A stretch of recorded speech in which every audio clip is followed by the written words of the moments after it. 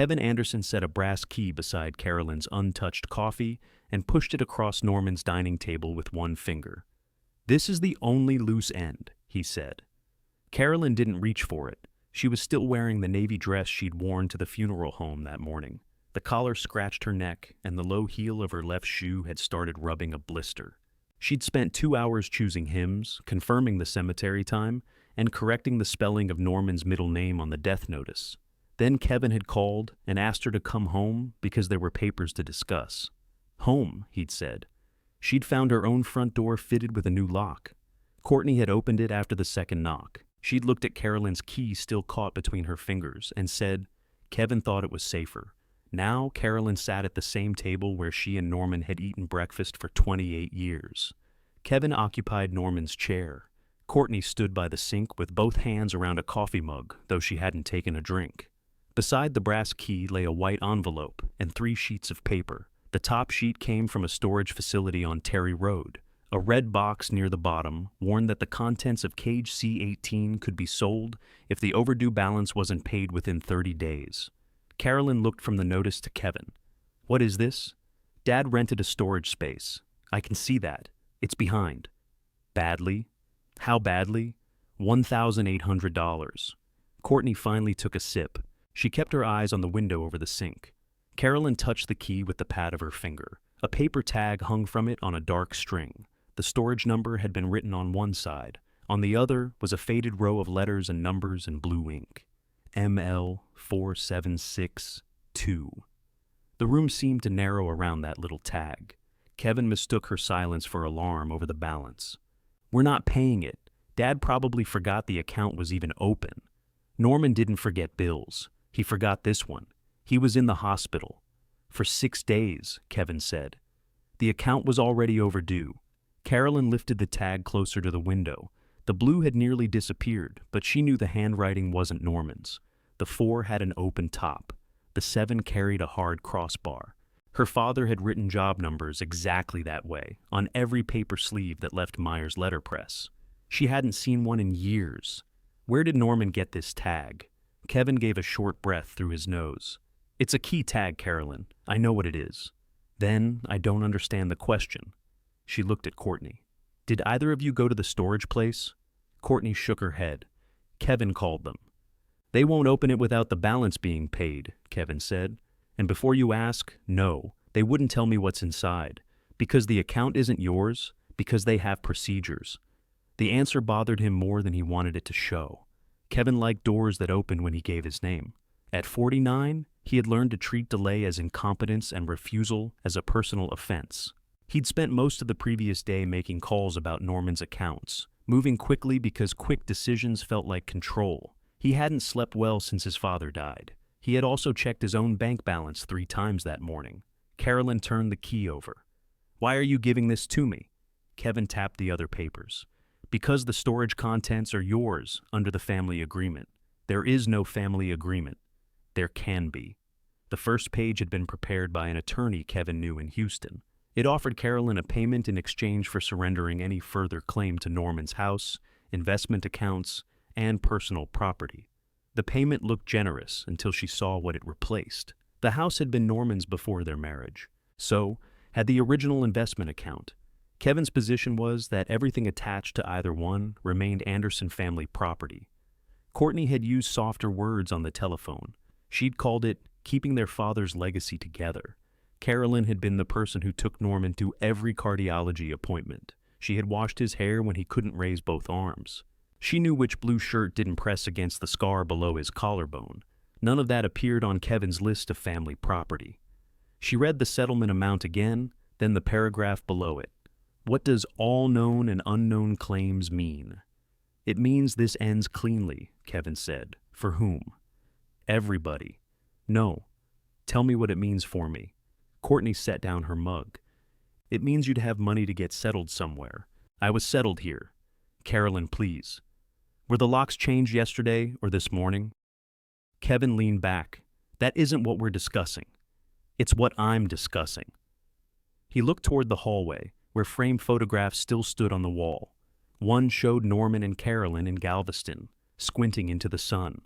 Another showed Norman between Kevin and Courtney at a Thanksgiving dinner. Kevin had already removed a photograph of Carolyn's parents from the small table beneath them. He'd put it in a cardboard box with her clothes. "We changed the locks yesterday," Courtney said. Carolyn nodded once. "While I was arranging your father's funeral. It wasn't meant to happen like that." "How was it meant to happen?" Courtney didn't answer. Kevin drew the papers back into a neat stack. "We needed to secure the house. People come in and out after a death. Contractors, neighbors, relatives. I live here. You lived here with Dad." The sentence landed quietly. Kevin didn't raise his voice. That was what made it worse.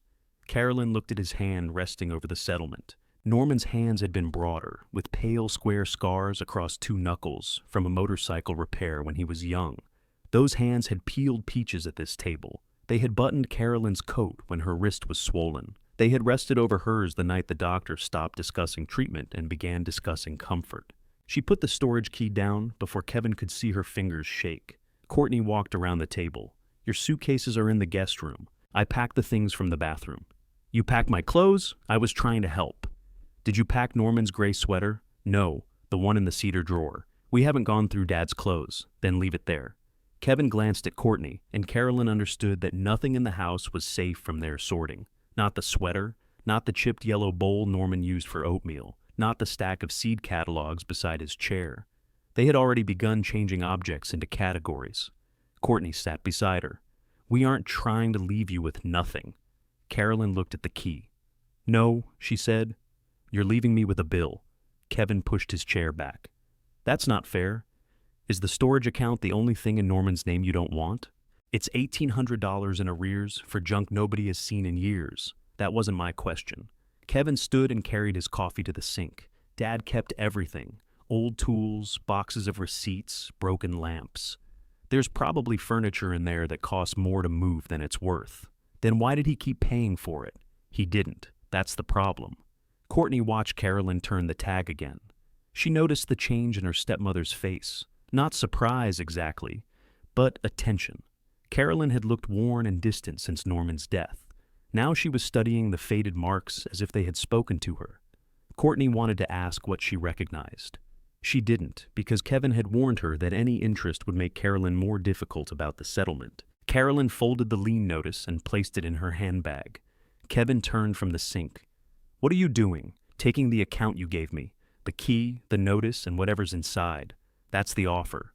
Then I'll take those. You need to sign first." "No?"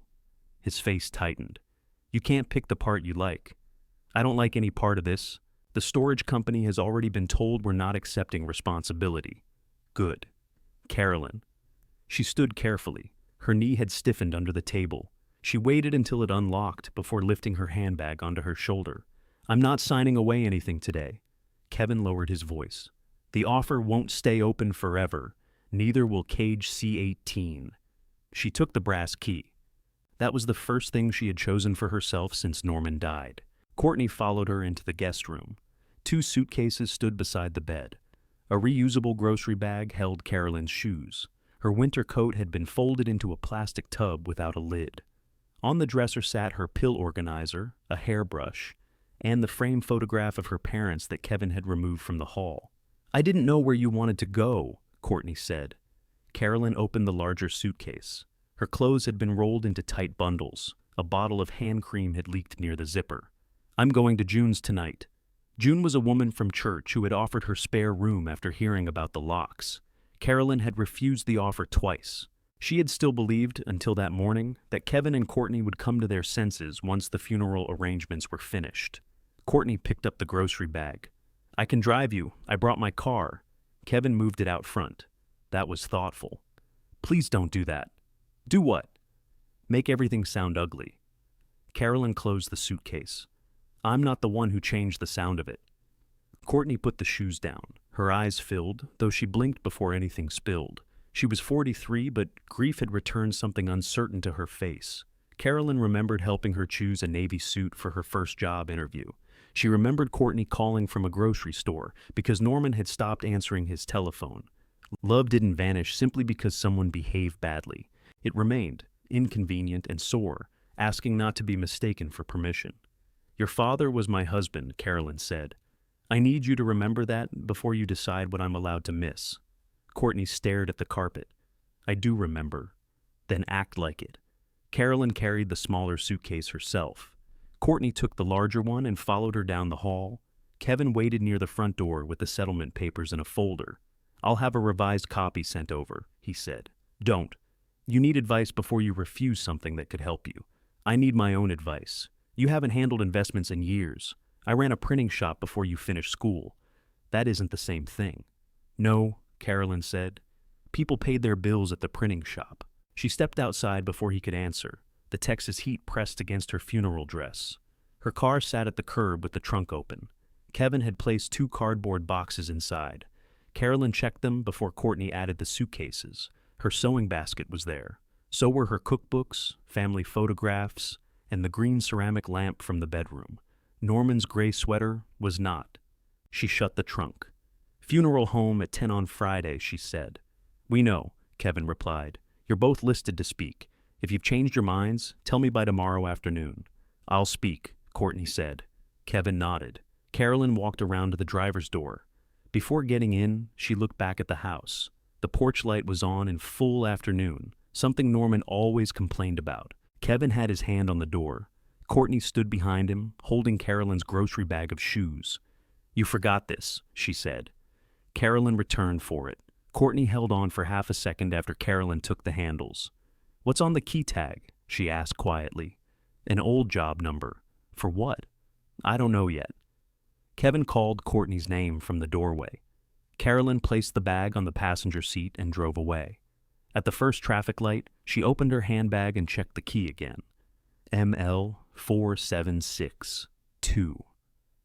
Meyer's letterpress jobs had carried those initials, followed by numbers from her father's ledger. She could remember the smell of ink on packing paper and the soft clatter of type returned to wooden cases. She could not remember that particular order. The shop had been lost years before Norman recovered whatever was now on Terry Road.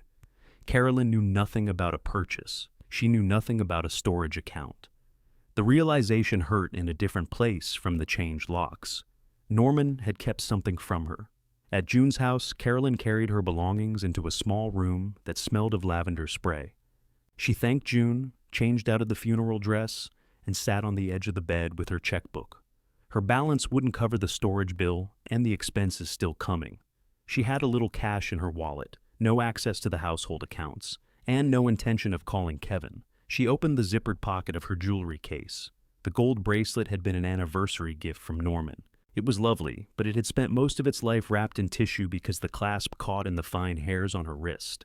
She held it under the bedside lamp, then laid it beside the brass key. The next morning, she took both downtown. The jeweler weighed the bracelet twice. His offer was less than she'd hoped and enough for what she needed. Carolyn signed the receipt, walked straight to the storage office on Terry Road, and paid the overdue balance. The clerk stamped her account current and slid the receipt beneath the glass. You've stopped the sale, he said. The cage is still locked. You can inspect it during access hours. Carolyn folded the receipt around the faded key tag. When do those begin? 8 tomorrow morning. I'll be here at 8. At 8 the next morning, Carolyn stood in the storage office with her driver's license and Norman's death certificate laid on the counter. The clerk compared the name on her license with the account screen. You're listed as an authorized contact, he said. Does that mean I can open the cage? It should. I need the manager to clear the death notation first. He isn't here? She'll be in after lunch. Carolyn kept her hand flat on the counter. You told me access began at 8. Regular access does. Once an account holder dies, we have to update the account. You knew yesterday that he had died. I knew when I saw the death certificate this morning. He wasn't being rude. That made it harder to argue with him. He was a young man following a screen one box at a time, and none of those boxes had a place for the bracelet Carolyn had sold. How long will it take? If everything matches, probably a day. Probably, she may need one more form. From whom? The estate representative. Carolyn pictured Kevin standing in Norman's kitchen with the settlement folder under his arm. Is there anything I can sign for myself? The clerk studied the screen again. It says you had full access while Mr. Anderson was living. I don't know if that carries over. The manager will know. May I see when the account was opened? He turned the monitor a few inches, then caught himself and turned it back. I can tell you. July of 2019. And the payments, automatic every month until April. Norman had entered the hospital in April. The account had not been forgotten. It had been paid without interruption for nearly 7 years. Was the balance always this high? No. Most of it is late charges and the next billing period. So he kept it current until he was sick. That's what it shows. That small answer steadied her. Whatever waited beyond the lock, Norman had chosen to keep it there. He had made that choice month after month. Please ask your manager to call me before she contacts anyone else. The clerk typed a note into the account. I'll put that here. Carolyn gathered her papers. The brass key remained in her handbag. She had expected to use it that morning, and the weight of it now felt different. It wasn't access yet. It was only the possibility of access. Outside, heat had already gathered over the pavement. Carolyn sat in her car with the air conditioner running and checked the time. She needed to meet Courtney at the florist in 20 minutes. She nearly called to cancel. Instead, she drove across Brenham and parked beside Courtney's silver sport utility vehicle. Through the shop window, she could see Courtney pointing to an arrangement of white lilies. They smell too strong, Carolyn said as she came through the door. Courtney lowered her hand. Dad liked lilies. He liked looking at them. He said the smell reminded him of a hospital hallway. The florist waited with a pencil over her order pad. What did he like? Courtney asked. Yellow roses, not the pale ones, the deep yellow. I don't remember that. He brought them home on Fridays when the grocery store marked them down. Courtney gave the florist a tired smile. Deep yellow roses, then. They chose roses with green leaves and small white flowers around them. Courtney wanted a ribbon that said, Father. Carolyn asked for his name instead. Neither of them said why, but both understood the difference. While the florist wrote the order, Courtney touched Carolyn's sleeve. I found the gray sweater. Carolyn looked at her. It was under 2 other sweaters. I put it in a bag for you. Thank you. I didn't know it mattered that much. It still smells like his shaving soap. Courtney's mouth moved before any words came. I didn't smell it. No, you wouldn't have. They paid for the flowers from Norman's funeral account. Kevin had arranged that account before changing the locks, a detail he considered proof that he wasn't behaving carelessly. Courtney signed the receipt. Carolyn noticed that the florist handed the copy to her, not Courtney. It was a small courtesy, but she folded the paper and kept it. They went next to the church hall. Kevin had ordered sandwich trays for the gathering after the burial. Carolyn found him carrying bottled water from his car, 2 cases at a time. I thought you were getting tea, she said. There's tea in the kitchen. Enough for 70 people? We don't know that 70 people are coming.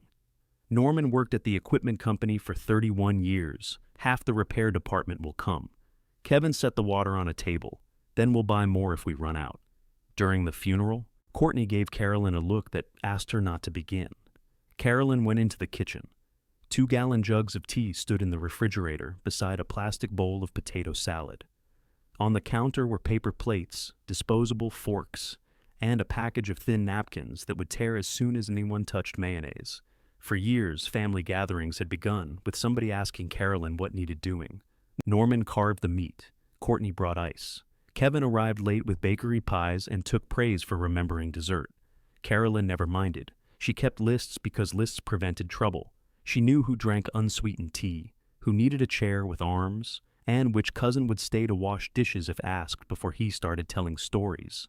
Now Kevin had arranged lunch without her and still expected the room to work. She opened the cabinets. The large drink dispensers were on the highest shelf. Kevin, she called. He appeared in the doorway. What?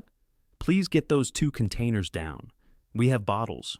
People will be standing outside in black clothes. They'll need more than little bottles.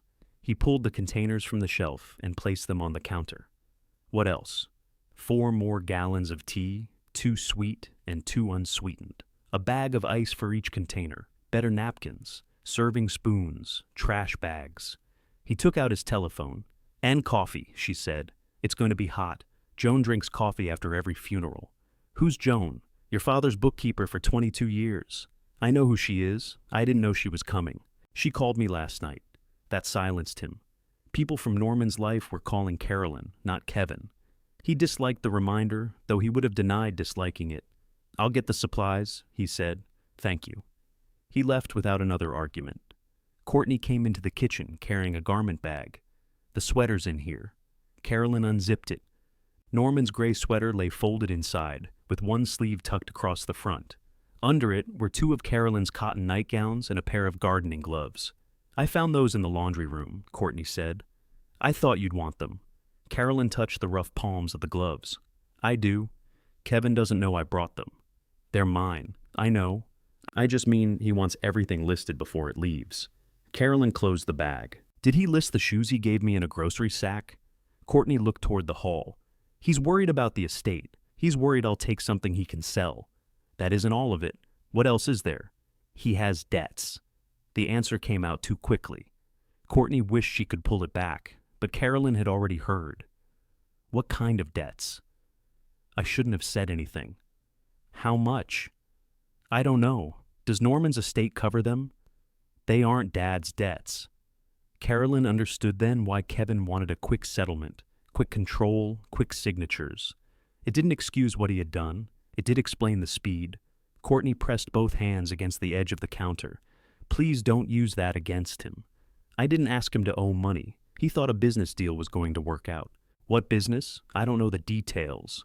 "Then you know exactly as much as he wants you to know." Courtney flinched. Carolyn regretted the sharpness, but not the truth behind it. Norman had handled most of their investments. Kevin now handled the estate information. Courtney carried messages between rooms and called it helping. Carolyn recognized the arrangement because she had lived inside a gentler version of it for years. She had let Norman pay the household bills because he enjoyed order. She had let him speak to the bank because he knew the advisor.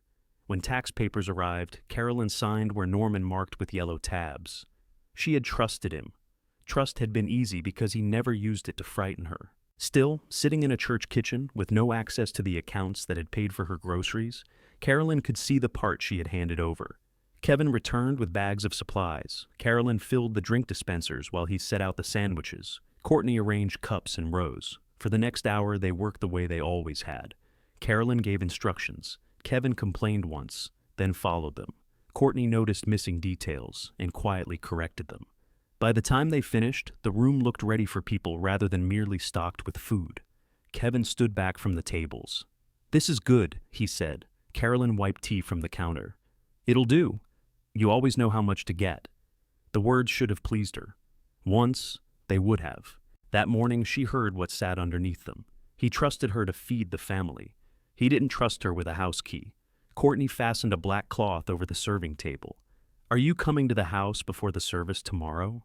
Do you need me there? We thought we could all leave together." "Who is we?" "Kevin and me. You've already packed my clothes." "That's not what I meant." Carolyn rinsed the spoon she'd used to stir the tea. "I'll meet you at the funeral home." Kevin's telephone rang. He checked the screen and stepped into the hall. Courtney lowered her voice. He told the storage place not to let anyone remove Dad's property.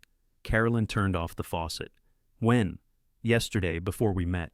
He gave me the key after he did that. He thought you'd sign. And when I didn't, he was going to call them back." "Was he?" Courtney folded the edge of the black cloth again, though it was already straight. "I'll tell him to do it." "No."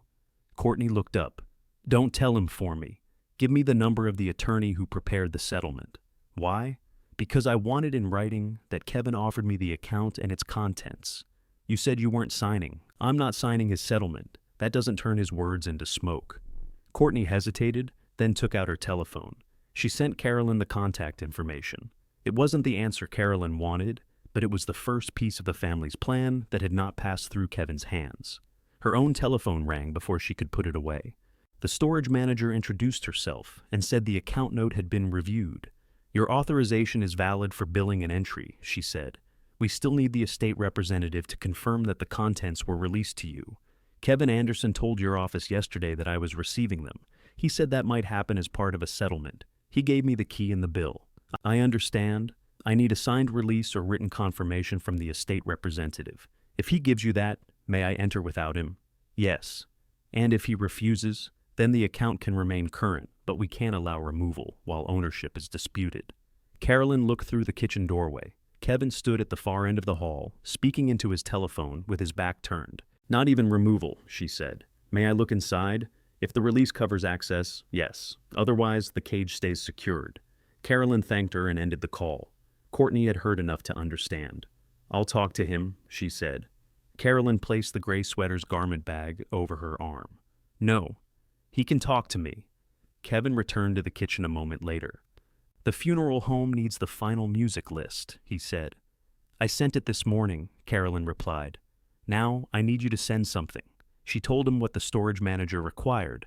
Kevin's expression closed. After the funeral, you offered me the contents yesterday, as part of the settlement. You called them junk. They are Dad's property until this is resolved.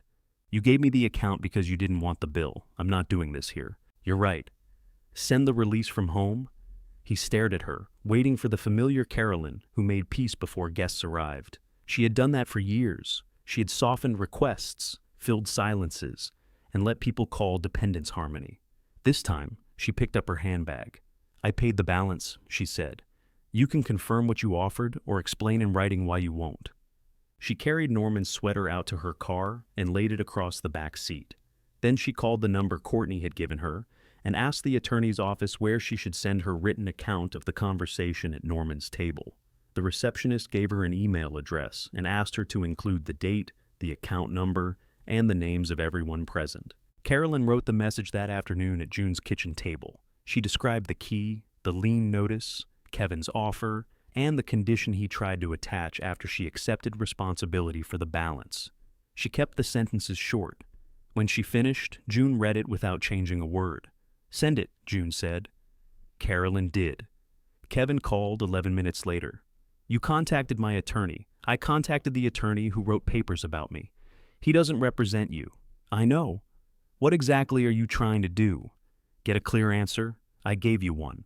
You gave the storage company a different one. Kevin went quiet.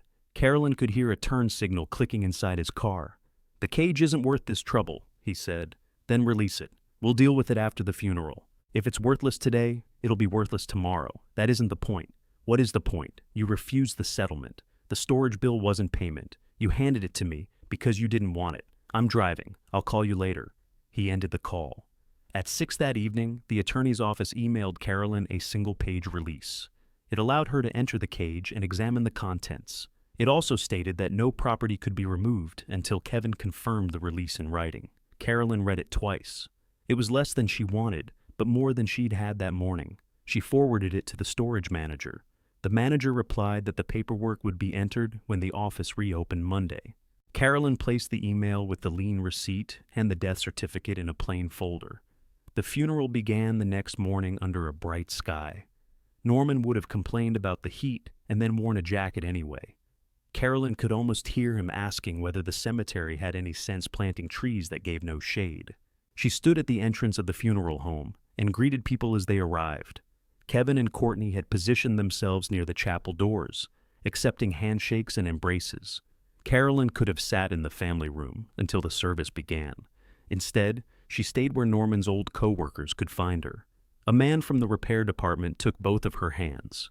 He kept peppermint in his top drawer, the man said. Never ate one, just gave them away. He didn't like peppermint, Carolyn said. The man laughed, then covered his mouth as if laughter might be disrespectful. He bought them for everybody else? Every Monday. That sounds like Norman. It did. Carolyn had added the peppermints to the grocery list for years. More people came. A neighbor brought a covered dish, even though lunch had already been arranged. A retired supervisor told Carolyn that Norman once drove across town on Christmas morning to reset an alarm at the equipment yard. Joan Vaughn arrived carrying a black purse and wearing a cream jacket despite the heat. Joan hugged Carolyn firmly. I'm sorry I didn't come yesterday, she said. My sister had an appointment in College Station. You're here now. Joan stepped back and looked at her. Are you sleeping? Some? Eating? When someone puts food in front of me. That means no. It means June has taken charge. Good.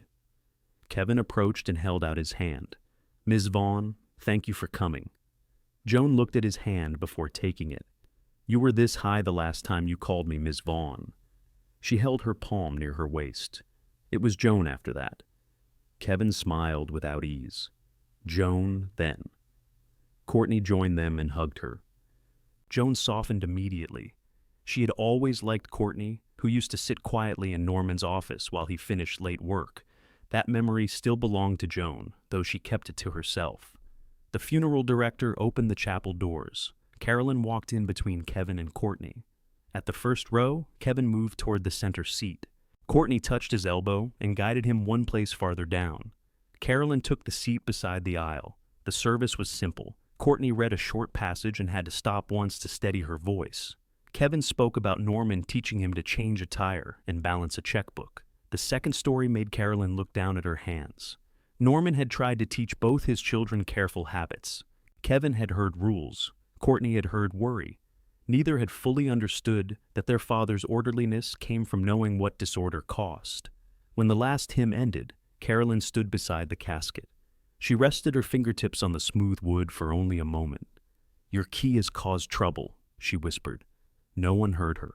At the church hall, the tea ran low exactly when Carolyn expected it would. She opened the reserve jugs, filled both dispensers, and moved the sandwich trays so people could reach them from either side. Kevin watched her from across the room. He had spent the service telling himself that the storage argument could wait. Seeing Carolyn handle the room with calm efficiency made him feel both grateful and accused. Joan found Carolyn in the kitchen, wrapping leftover cake. "You shouldn't be doing that today," Joan said. "If I leave it to Kevin, he'll put the whole thing in the refrigerator uncovered. He might surprise you. He hasn't so far." Joan took the plastic wrap from her. "Sit down for 5 minutes." They sat at the small table near the pantry. Joan poured coffee from the fresh pot Carolyn had insisted on making. She drank it black. "I heard you mention a key at the chapel," Joan said. Carolyn looked toward the kitchen doorway. No one stood close enough to hear. Norman had a storage cage on Terry Road. Joan stopped with the cup halfway to her mouth. "You knew about it?" "Not the cage." "What did you know?" Joan set the cup down. "That depends on what's in it. I haven't seen what's in it." "Then perhaps I shouldn't guess." "You reacted before I asked you to guess." Joan pressed her thumb against the cup's paper seam. She had kept Norman's business records for years, first at the equipment company, and later for his personal investments after she retired. Discretion had become so habitual that even death didn't feel like permission to speak. "Did Norman tell you about a purchase?" Carolyn asked. "Once." "When?" "A long time ago. Before the storage cage." "How long?" 2012. Carolyn waited. "He came to my house with a list and a cashier's check," Joan said. "He asked me to witness his signature on a purchase record. I told him a witness wasn't the same as a notary. He said he knew. He already had an appointment with one." "What was he buying?" "He wouldn't say." "Didn't the record say?" "I only saw the signature page. The list was folded underneath." "Why did you sign something you couldn't read?" "I witnessed his signature, not the contents." Norman was very clear about that. Carolyn leaned back. "Was my name on it?" "Your first name wasn't." "Myers?" Joan looked at her. "Yes." The kitchen sounds seemed to move farther away. Someone opened a refrigerator. A stack of plates knocked together. In the hall, Norman's co-workers were telling stories about him, as if he might return and correct the details. "What exactly did it say?" "I don't remember the whole line. Something about acquisition for Myers. Maybe Myers material." Norman covered most of the page with another sheet. "Why would he do that?" "He said the purchase wasn't ready to be discussed. With me, with anyone." "Did you ever ask him about it later?" "Twice. The first time he said he was still tracking things down. The second time he said he'd made a mess of the timing." Carolyn folded her hands in her lap. "Did he mention storage?" "No." "Did he mention Myers' letterpress?" "Not directly." "Did he ask you to keep a copy?" Joan's eyes moved toward the doorway now. "I believe I did." "Believe?" "I kept copies of nearly everything Norman asked me to witness. Some records are boxed in my spare room. Others went to him when I closed my bookkeeping files." "Can you look?" "I can look. I can't promise it's there." "When?" "Tomorrow afternoon." "Why not today?" "Because this is your husband's funeral lunch, and you haven't eaten half a sandwich." Carolyn looked down at the cake crumbs on the table. Joan pushed a wrapped sandwich toward her. "Eat? Then you can ask me another question." Carolyn took one bite. "Did Kevin ever ask you about the purchase?" "That's 2 questions ahead." "Joan?" "No, neither child ever asked." "Did they know you handled Norman's records?" "Kevin knew. He called me after Norman went into the hospital." "What did he want?" "A list of accounts." "Did you give it to him?" "I gave him the names of the institutions I knew. I told him I no longer had access." "Did the storage facility appear anywhere?" "Not in the records I had." That was the inconsistency Carolyn had been circling. Norman had signed a purchase record in 2012. 7 years later, he opened Cage C18. Whatever he had bought had required secrecy before it required storage. The storage account was not an old collection he had forgotten. It was the later part of something he had chosen. Joan watched understanding settle over her face. "You need to be careful," she said. "Of what?" "Of deciding what Norman meant before you know what he did." Carolyn nodded. "That's fair. And if my copy exists, we read it before anyone else does." "Why?" "Because Norman hid the list from me while asking for my signature. That tells me he wanted a clean witness, not a curious one. You were curious. Of course I was. I was also paid by the hour." Carolyn almost smiled. Joan finished her coffee and carried both cups to the trash. Before leaving the kitchen, she turned back. "Do you still know Marvin Page? I haven't spoken to him in years. He and Norman had lunch occasionally." Carolyn stared at her. "Since when?" "I saw the charges in Norman's expense notes. Not often, once or twice a year." "Why would Norman meet Marvin?" "That's another thing I don't know." Marvin had published small regional histories, church anniversary books, and carefully made editions about Texas crafts. Long before Carolyn married Norman, Marvin had commissioned printing from Myers Letterpress. He had appreciated clean impressions and paid slowly, but always in full. "Do you have his number?" Carolyn asked. Joan wrote it on the back of a clean paper plate because neither of them could find a pen and loose paper at the same time. Carolyn stayed until the last guest left. Then she carried the garment bag with Norman's sweater to her car. Kevin followed her into the parking lot. "I sent the inspection release," he said. "I received it. I'm not authorizing removal. I understand what you wrote.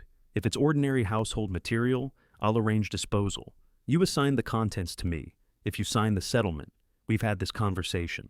And we'll keep having it until you understand that one sentence at a dining table isn't an estate transfer. Then why did your attorney give me inspection access?" Kevin glanced back toward the hall. "Because Courtney asked me to." Carolyn suspected that wasn't the whole truth. Her email had forced the inconsistency into a place where Kevin's attorney could see it. "I'll inspect it Monday," she said. "I want to be there." "No, it was Dad's account. My name is on the authorization. I'm still the estate representative, and I paid the bill." Kevin's jaw shifted. "Don't remove anything. The release already says that." He walked away before she could see how much the answer bothered him. In her car, Carolyn called Marvin's number. His voicemail still carried the slow, careful tone she remembered. "This is Carolyn Myers Anderson," she said after the signal. "I have an old job number that may have come from my father's shop. Norman kept it attached to a storage key. Joan said you might know why. Please call me." She ended the message, then called the storage office and reserved the first inspection time available Monday morning. Both deliberate actions worked. The manager confirmed the appointment, and Marvin returned her call before Carolyn reached June's house. "Read me the number," he said. She did. There was a pause, followed by the sound of a drawer opening. "That isn't a customer order," Marvin said. "Not in the way you're thinking." "What is it?" "It came from your father's internal catalog." "What catalog?" "The one he used for blocks, type, and standing work. I haven't seen a copy since the shop closed." Carolyn tightened her hand around the telephone. "Do you know what the number refers to?" "No, but I may know where to look." "How long will that take? If the old catalog is where I left it one day." "And if it isn't?" "Then we start with the key tag and work backward." Carolyn looked at the brass key on June's kitchen table. "I have an appointment at the Cage Monday morning. Don't open it without calling me first," Marvin said. "Why?" "Because Norman asked me about that same catalog years ago, and I told him most of what it listed had disappeared." Carolyn sat down at June's kitchen table. "What did Norman ask you?" "He wanted to know how a printer could identify old Myers material after the shop inventory had been scattered." "When was this?"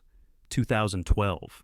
"He called me first, then came to my office with 3 photographs." "Photographs of what?" "Wrapped type cases and the corner of an iron frame. The pictures were poor. I couldn't tell him much." "Did you know he was buying something?" "No." "He said he was helping somebody sort an estate."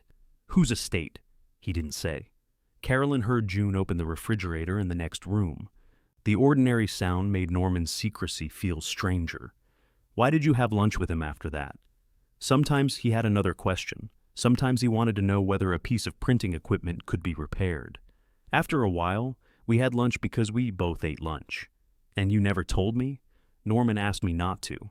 At first I assumed he was planning a gift. For 14 years? No. After a few years, I assumed the gift had gone wrong. Carolyn looked at the key. Did he ever say my name? Once. He asked whether you still drew flowers in the margins of grocery lists. She closed her eyes briefly. She still did that. Bluebonnets, yucca, prickly pear, small leaves fitted between items. What did you tell him? I said you used to carve them better than you drew them. That was a long time ago. That wasn't his question. Marvin promised to call the next day. Carolyn spent Saturday night on June's sofa with a stack of old photographs. June had found a magnifying glass in a desk drawer, and Carolyn used it to study pictures of Meyer's letterpress. The shop had occupied a narrow brick building near downtown Brenham. Her father kept the presses on the first floor and paper stock in a dry room at the back. Carolyn's mother handled invoices at a desk near the front window. On summer afternoons, the front door stayed open, and the sound of the press carried halfway down the block. Carolyn had taken over the daily printing in 1981. She was good at matching ink by sight. She could hear when a roller was uneven before the paper showed it. Customers trusted her with wedding invitations, church programs, menus, and small books that needed to feel important in the hand. The shop had not failed because the work was poor. Costs rose. Customers moved to faster printers. Her parents borrowed against equipment, then sold pieces to keep the doors open. By the time the last order left, type cases had gone to dealers, the main press had been sold, and Carolyn's carved blocks had disappeared among boxes purchased by people she never met. She had stopped calling herself a printer soon after. Norman met her years later, when the loss had become something she could mention without changing the subject afterward. He once asked why she didn't open another shop. She told him a press cost money, but that wasn't the complete answer. Starting again would have required admitting how badly she still wanted it. At 10 Sunday morning, Marvin called. "I found the catalog," he said. "Where?"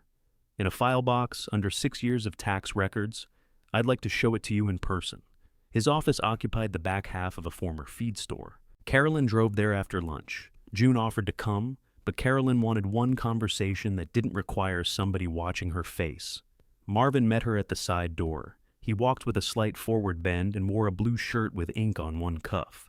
His office looked much as she remembered: crowded shelves, paper samples, and books stacked in places where chairs should have been.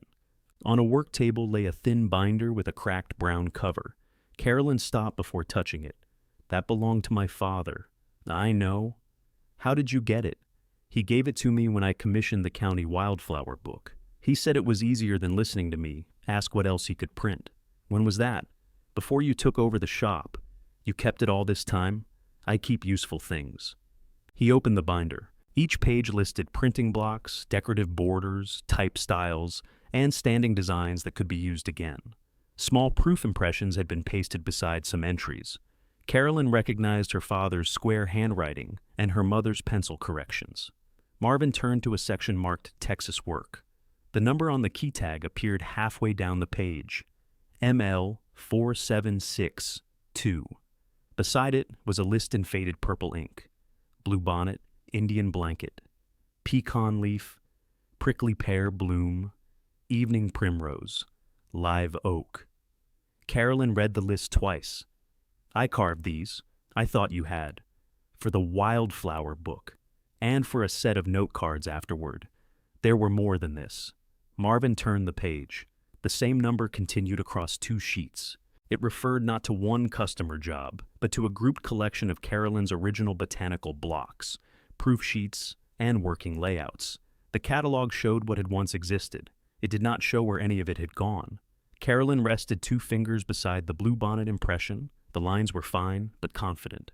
She could remember cutting them into pear wood at the back table while rain struck the shop windows. Could the key number be a coincidence? She asked. It could. Somebody might have reused the tag. Norman didn't have this catalog. He may have had another copy. From where? I don't know.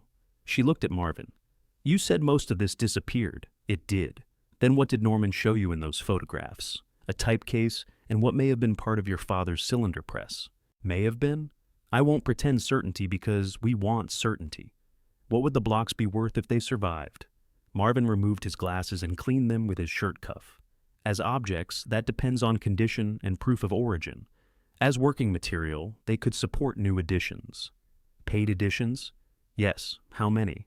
That depends on what survives. A few blocks might support a small book or a print set.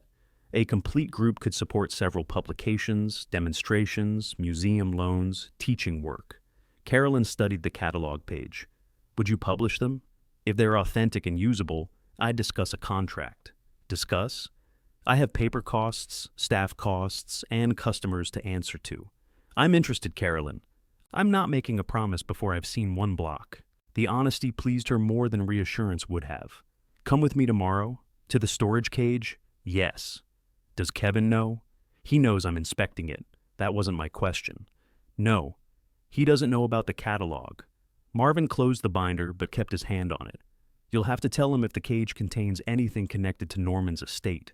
I don't know that it does. Then tomorrow may answer one question and create 5 more.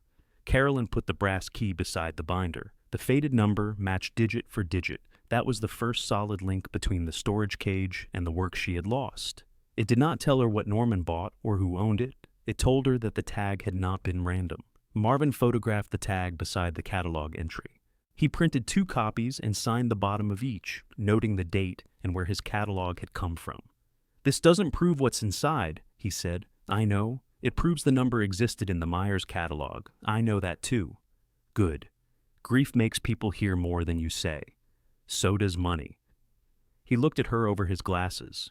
You've already told the family there may be money? I haven't told anyone there is. You haven't told me that.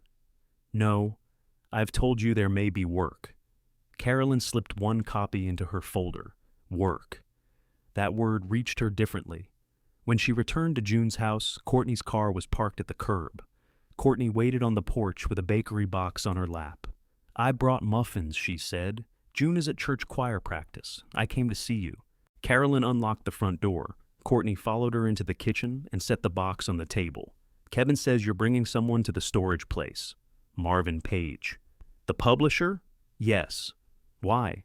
He may recognize the job number. Courtney pulled out a chair. Recognize it as what? Something from Myers' letterpress. Courtney stared at her. Dad stored things from your old shop? I don't know. Then why bring a publisher? Because he found the number in an old catalog. What kind of things were listed? Printing materials? Were any of them Dad's? I haven't opened the cage. Could there be photographs, papers, personal letters? There could be canned peaches for all I know. Carolyn, I'm asking seriously. So am I. Nobody knows.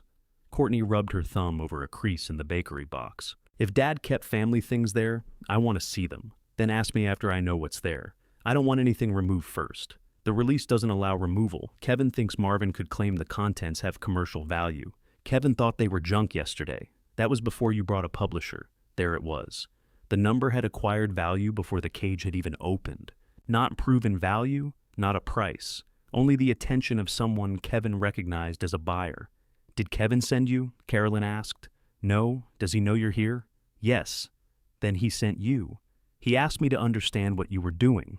I'm trying to understand what Norman was doing. Courtney's face softened, but only for a moment.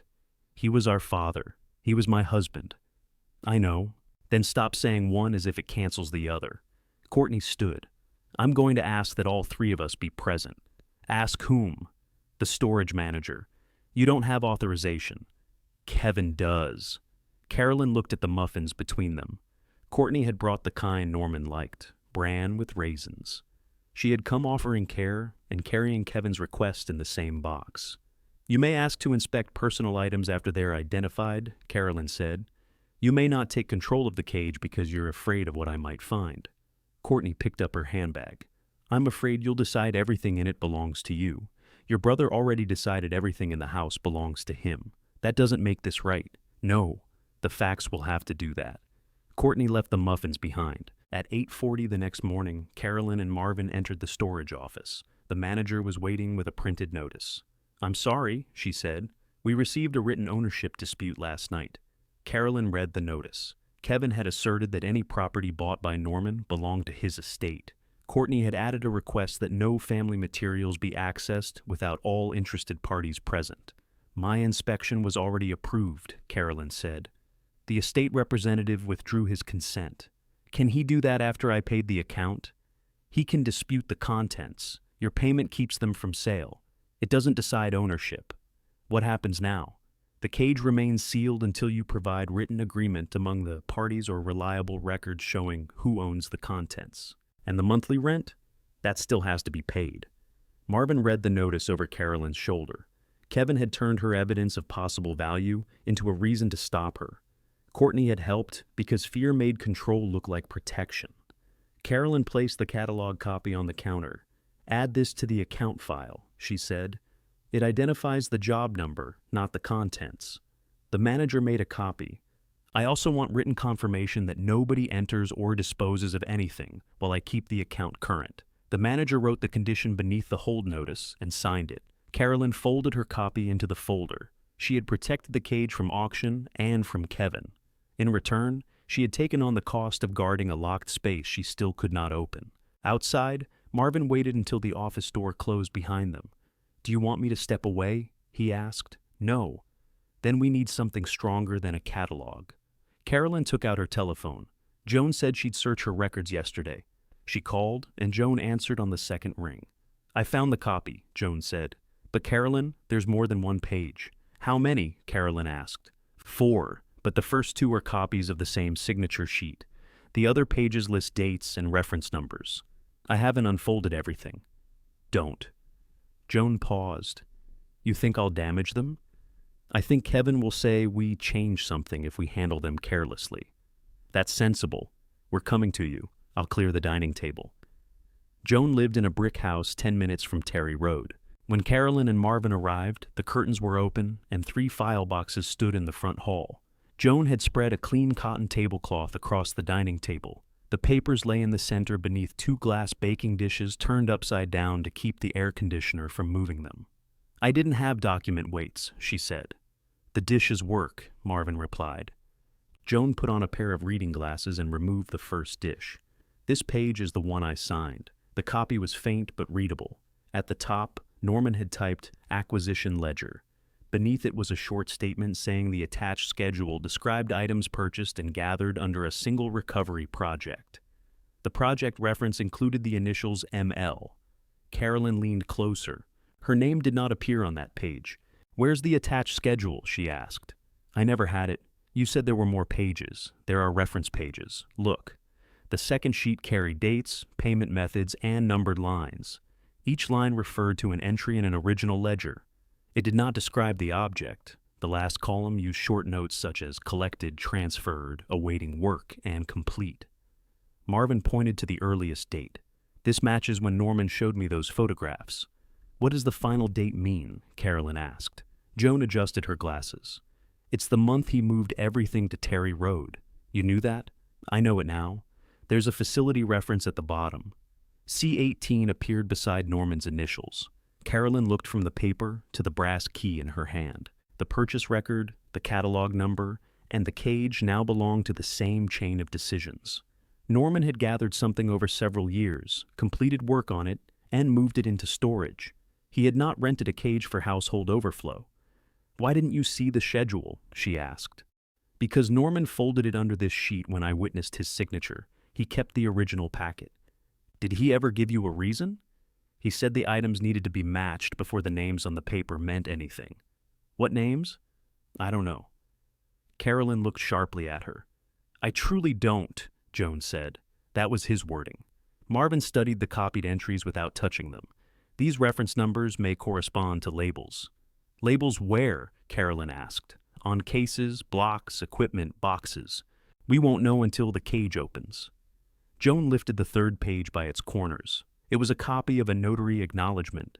The seal showed faintly near the bottom. Norman's name was clear. The body confirmed that he had signed the original acquisition ledger voluntarily. It proves Norman made a formal record, Joan said. It doesn't tell us what he recorded or who owns it, Marvin added. Carolyn appreciated that he said it before Kevin could. The fourth page was a handwritten note Norman had added years later. Original ledger placed with recovered materials. Witness copy retained by J. Vaughn for verification if required. Below that, he had written the storage account number. Carolyn sat back. He expected someone to need this. Yes, Joan said. Then why didn't he tell me? Neither of them answered. Joan went to the kitchen and returned with 3 archival sleeves she had bought that morning. Together, they slid each page into a sleeve. Marvin photographed the fronts and backs. Joan signed a short note explaining when she found them and that the pages had remained in her files since Norman gave them to her. Carolyn read the note. Add that I asked you not to unfold them until we arrived. Joan added the sentence. Marvin looked at Carolyn. You're thinking like a printer. I'm thinking like somebody people expect to doubt. They carried the pages to a copy shop. Carolyn watched the clerk scan each sleeve while it lay flat. She paid for 3 printed sets and a digital copy. The cost was small, but she wrote it in a notebook she had started for the storage account. Rent, copying, fuel, every payment went on its own line. At June's house, Carolyn emailed 1 set to the storage manager and 1 to Kevin's attorney. Her message asked that the inspection hold be lifted long enough to compare Norman's original ledger with the numbered materials inside. Kevin called before the storage manager replied. You went through Dad's private records with a publisher. I went through Joan's records with Joan. Marvin Page was there. Yes. Why? Because the job number appears in a catalog he owns. You're building a commercial claim before you know what's in the cage. I'm identifying the records. You could have called me. You withdrew my access because you brought in an outsider. I called Marvin before you withdrew anything. That doesn't help your argument. I'm not arguing about the order. I'm telling you what happened. Kevin lowered his voice. Send me the catalog. I sent the page that matches the key tag. I want the whole catalog. It isn't mine. Then ask him. No. The refusal surprised them both. Kevin recovered first. If that catalog relates to Dad's purchase, the estate is entitled to examine it. The catalog belonged to my father and has been in Marvin's office since before Norman and I married. Then why are you using it against the estate? I'm using it to understand a number. You don't need a publisher for that. You didn't need new locks to protect a house from the woman living in it. This isn't about the house. It's about who gets to decide before I know the facts. Kevin breathed into the telephone. She could hear office sounds behind him, a printer feeding paper, and somebody closing a door. Here's what will happen, he said. We'll inspect the cage together. Anything personal to Dad stays with the estate. Anything connected to Myers can be reviewed separately. Reviewed by whom? We'll agree on someone. Marvin knows the work. Marvin wants a publishing deal. That was true, and Carolyn did not pretend otherwise. He has an interest, she said. So do you. I'm the estate representative. That's an interest with a title. Kevin went quiet again. I won't agree to Marvin making decisions, he said. He won't. He'll identify printing material. And what do you do after that? I compare what's inside with Norman's original ledger. Then nothing leaves. The current hold already says that. I want photographs of everything. We can discuss that with the manager. No. We settle it before anyone opens the door. Carolyn looked at her notebook. The next storage charge was due in less than 3 weeks. Send your proposed terms in writing, she said. You're making this harder than it needs to be. I'm making it clear. After the call, she found Courtney sitting in a car across the street. Carolyn went outside and waited by the curb. Courtney got out with her telephone in one hand. Kevin told me not to come alone, she said. Yet, here you are. I want to see the papers. I sent them to his attorney. I want to see them myself. Carolyn led her into June's dining room. She placed the copies on the table and sat across from her. Courtney read slowly. Her attention caught on the note saying the original ledger had been placed with the recovered materials. What does recovered mean? She asked. That Norman found and purchased things. What things? The pages don't say. Could recovered mean his family's things? The job number comes from Myers Letterpress. That doesn't answer me. No, it doesn't. Courtney read the notary page again. Why would Dad hide a purchase from all of us? Carolyn resisted saying that Norman had hidden it from her most of all. He may have planned to show me when the work was ready. What work? Marvin thinks Norman may have restored printing equipment. Dad couldn't restore a printing press. Your father could learn anything with a manual and enough stubbornness. Courtney almost smiled. That part is true. For a moment, they were simply 2 women who missed the same man. Then Courtney tapped the witness note. If Joan kept this for him, what else does she have? Nothing connected that she's found. You searched all her boxes? No. Why not? Because they're her records. Courtney folded her arms. You trust her? Yes. More than us? Right now, yes. The The answer hurt Courtney, though she had asked for it. She looked toward the window. "I don't want Kevin selling Dad's papers to cover his debt," she said. Carolyn waited. "He says he won't. But if the cage has photographs or letters, I want them protected. Then help protect them. Don't help him control them. What's the difference?" A list agreed before the door opens. Nobody removes anything. Personal items are photographed and set aside for later discussion. Printing materials stay with the cage until ownership is verified. And Marvin, he may identify equipment, but he doesn't decide ownership. Courtney considered it. "I want a copy of every photograph. If the facility allows photographs, yes. And I'm present. Yes." It was the first agreement Carolyn had reached with either of them since Norman died. It did not restore trust. It gave them a narrow task they could perform without pretending trust had returned. Courtney sent the terms to Kevin while she sat at the table. His response came almost immediately. "No inspection until counsel reviews the witness pages." "He thinks Joan's copy could be incomplete," Courtney said. "It is incomplete. The original schedule is in the cage. He says that's exactly why nothing should happen." Carolyn took back the papers. "Nothing is already happening at my expense." The storage manager called late that afternoon. She had reviewed Joan's pages and the proposed inspection conditions. "The records are enough for me to request a joint access agreement," she said. "They're not enough to lift the dispute by themselves. What would be enough? The original ledger, if it matches the account and contents. But we can't see that without opening the cage. So, we're standing on both sides of the same locked door. I understand. How do we move? All parties sign a supervised inspection agreement. Nobody removes anything. We document what's visible and secure the cage again. And if Kevin refuses, the hold remains and the account keeps billing." Carolyn thanked her and ended the call. The useful result had brought them to a workable door, but Kevin now knew there might be commercial material behind it. Courtney knew there might be private history. Both had reasons to watch Carolyn more closely. She opened her notebook and added the next month's rent beneath the bracelet payment. Then she wrote a new objective at the top of the page. Get all 3 signatures without surrendering control. The next morning, Carolyn drafted the inspection terms on June's laptop. She used the storage manager's words where she could. All 3 parties could attend. Marvin could identify printing materials, but could not remove or value them. Photographs would be shared. Personal items would remain in place until everyone agreed what they were. The cage would be locked again after the inspection. Courtney approved the draft by noon. Kevin returned it with 2 added sentences. The first said, Norman's estate retained ownership of anything he purchased. The second said Carolyn's payment of storage charges created no claim against the contents. Carolyn called him. I'll accept the sentence about the storage payment, then accept both. The first one decides ownership before we inspect the records. It states the obvious. Dad bought whatever is in there. We don't know that. His name was on the account. My name was on the access authorization. That makes you an authorized visitor. It doesn't make you the owner either. Kevin made a sound of impatience. You're holding up the inspection over wording. So are you. I have a duty to the estate, and I have a duty not to sign something false because you want this finished quickly. Take out the sentence, and I won't sign. Carolyn looked at the calendar on June's refrigerator. Another storage payment would be charged before the end of the month. Then don't sign today, she said. She ended the call before he could answer. That afternoon, Marvin asked her to come to his office. He had moved a small tabletop proof press onto the work table. Beside it were a rubber roller, a can of black ink, cleaning rags, and a plain floral block that had no connection to Meyer's letterpress. I use this for demonstrations, he said. It's stiff, but it works. What are we demonstrating? Whether you still want ink on your hands? Carolyn placed her handbag on a chair. I already know I do.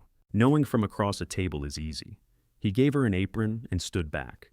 The press had dried ink along the rails. Carolyn loosened it with cleaner and worked a rag into the corners. The movement required pressure from her right hand. After several minutes, an ache began under her thumb. She switched hands. Marvin noticed but said nothing. She rolled a small amount of ink onto the glass plate. The first pass was too heavy.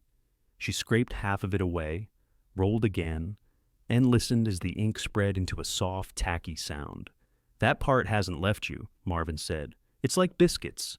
People make it mysterious because they don't want to wash the bowl. She locked the floral block into the press bed with wooden furniture and metal coins. Her fingers remembered the order. Her wrist objected when she tightened the last one. Marvin cut a sheet of cream paper and handed it to her. Carolyn positioned it, checked the guides, and pulled the lever. The press resisted halfway. "Don't force it," Marvin said. "I know." She backed it up, adjusted the pressure, and tried again. The roller passed over the block. The paper lifted with a clean black flower, centered slightly too high. Carolyn held it by two corners.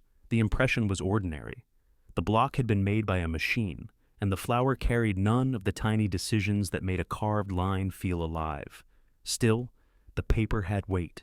The ink sat on it with a slight shine. She had made something again. "Move the lower guide down 1/8, she said. Marvin smiled. "You noticed. I have eyes." She pulled a second proof. This one sat exactly where it should. Then she reached for the roller, and pain shot through her wrist into her forearm. She put it down too quickly. The handle struck the glass. Marvin caught the ink can before it tipped. "How long has that been happening?" "It comes and goes. That means it happens. It's arthritis, not a prophecy.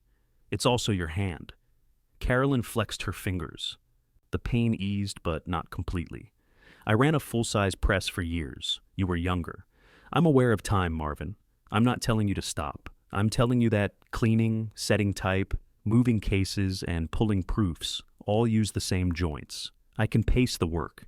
You can also ask for help." She began cleaning the roller with her left hand. "Carolyn, I heard you." Hearing had never been her problem. Accepting a limit before it became a crisis was harder. She had spent years being the person who noticed what others needed. She had not practiced being noticed.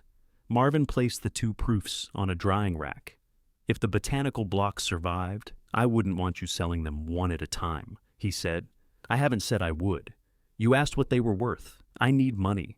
That's different from needing a buyer. What would you need from me?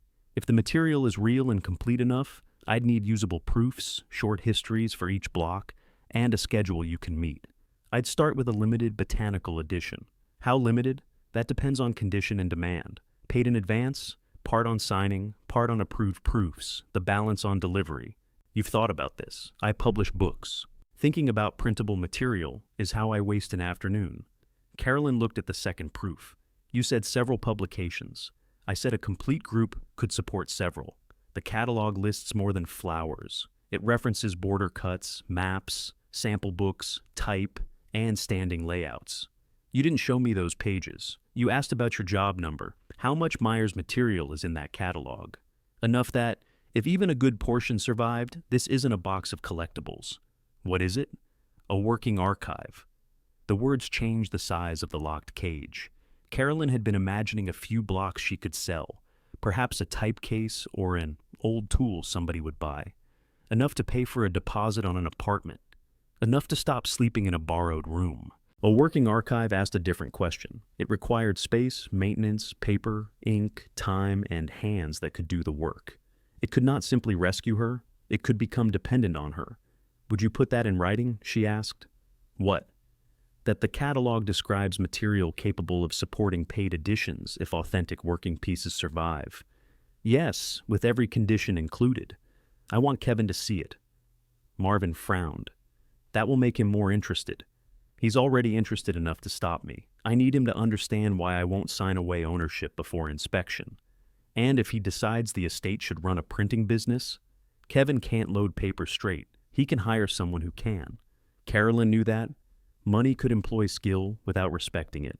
"Write the letter," she said. Marvin typed it while she finished cleaning the press. By then, her wrist had swollen near the base of her thumb. She hid it under the apron until he printed and signed the page.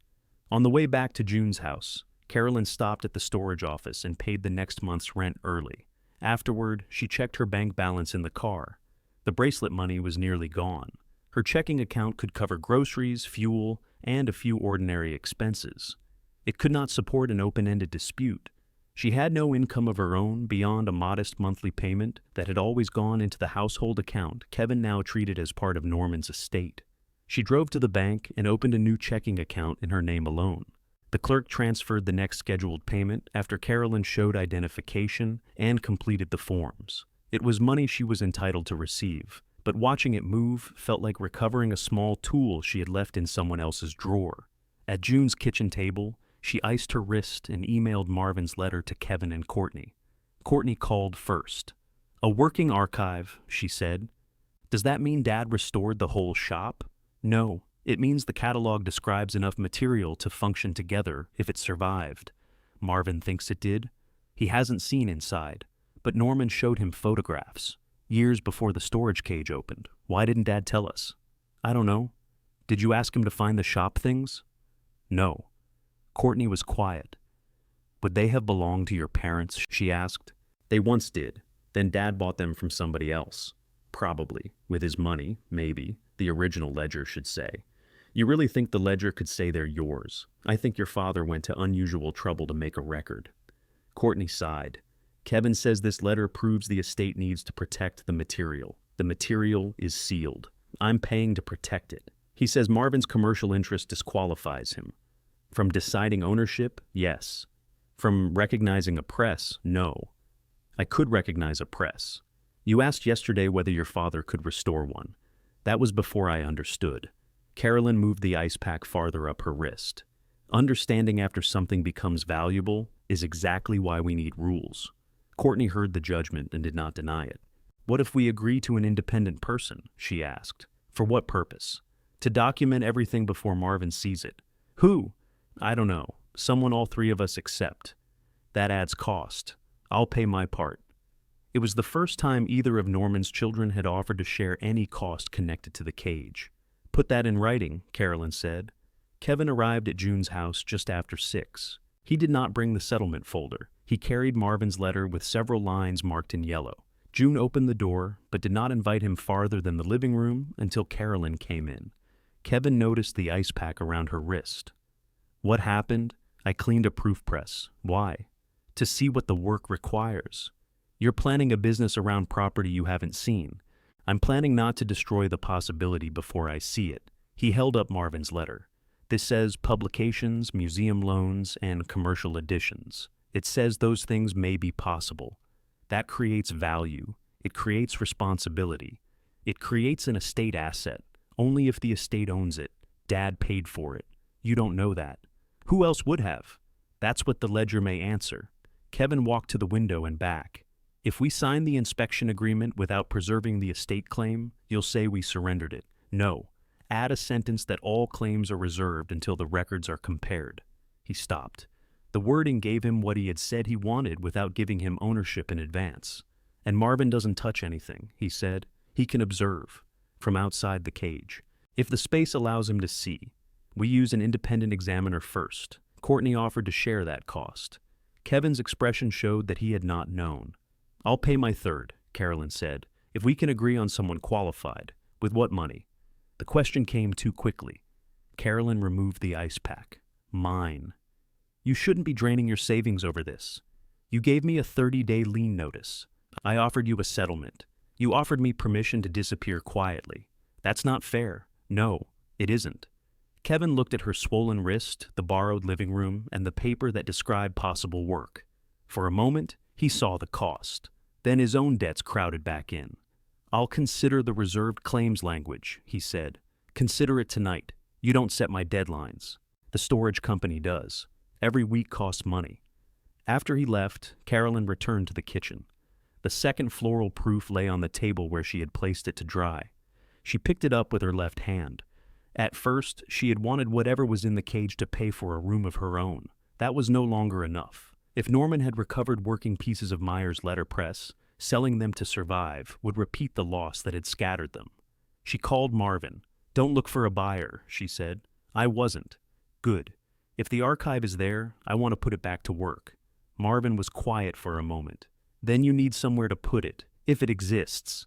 If it exists, you can't move an iron press into June's dining room. June might object. She'd object after it came through the floor." Carolyn heard papers shifting on his desk.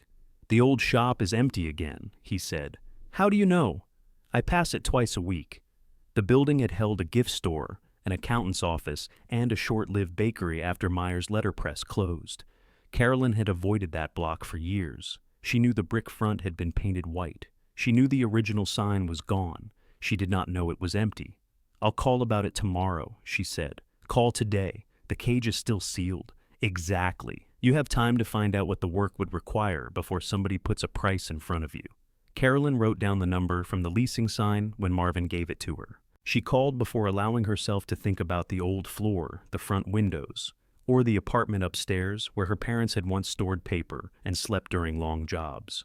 The property agent agreed to meet her the next morning.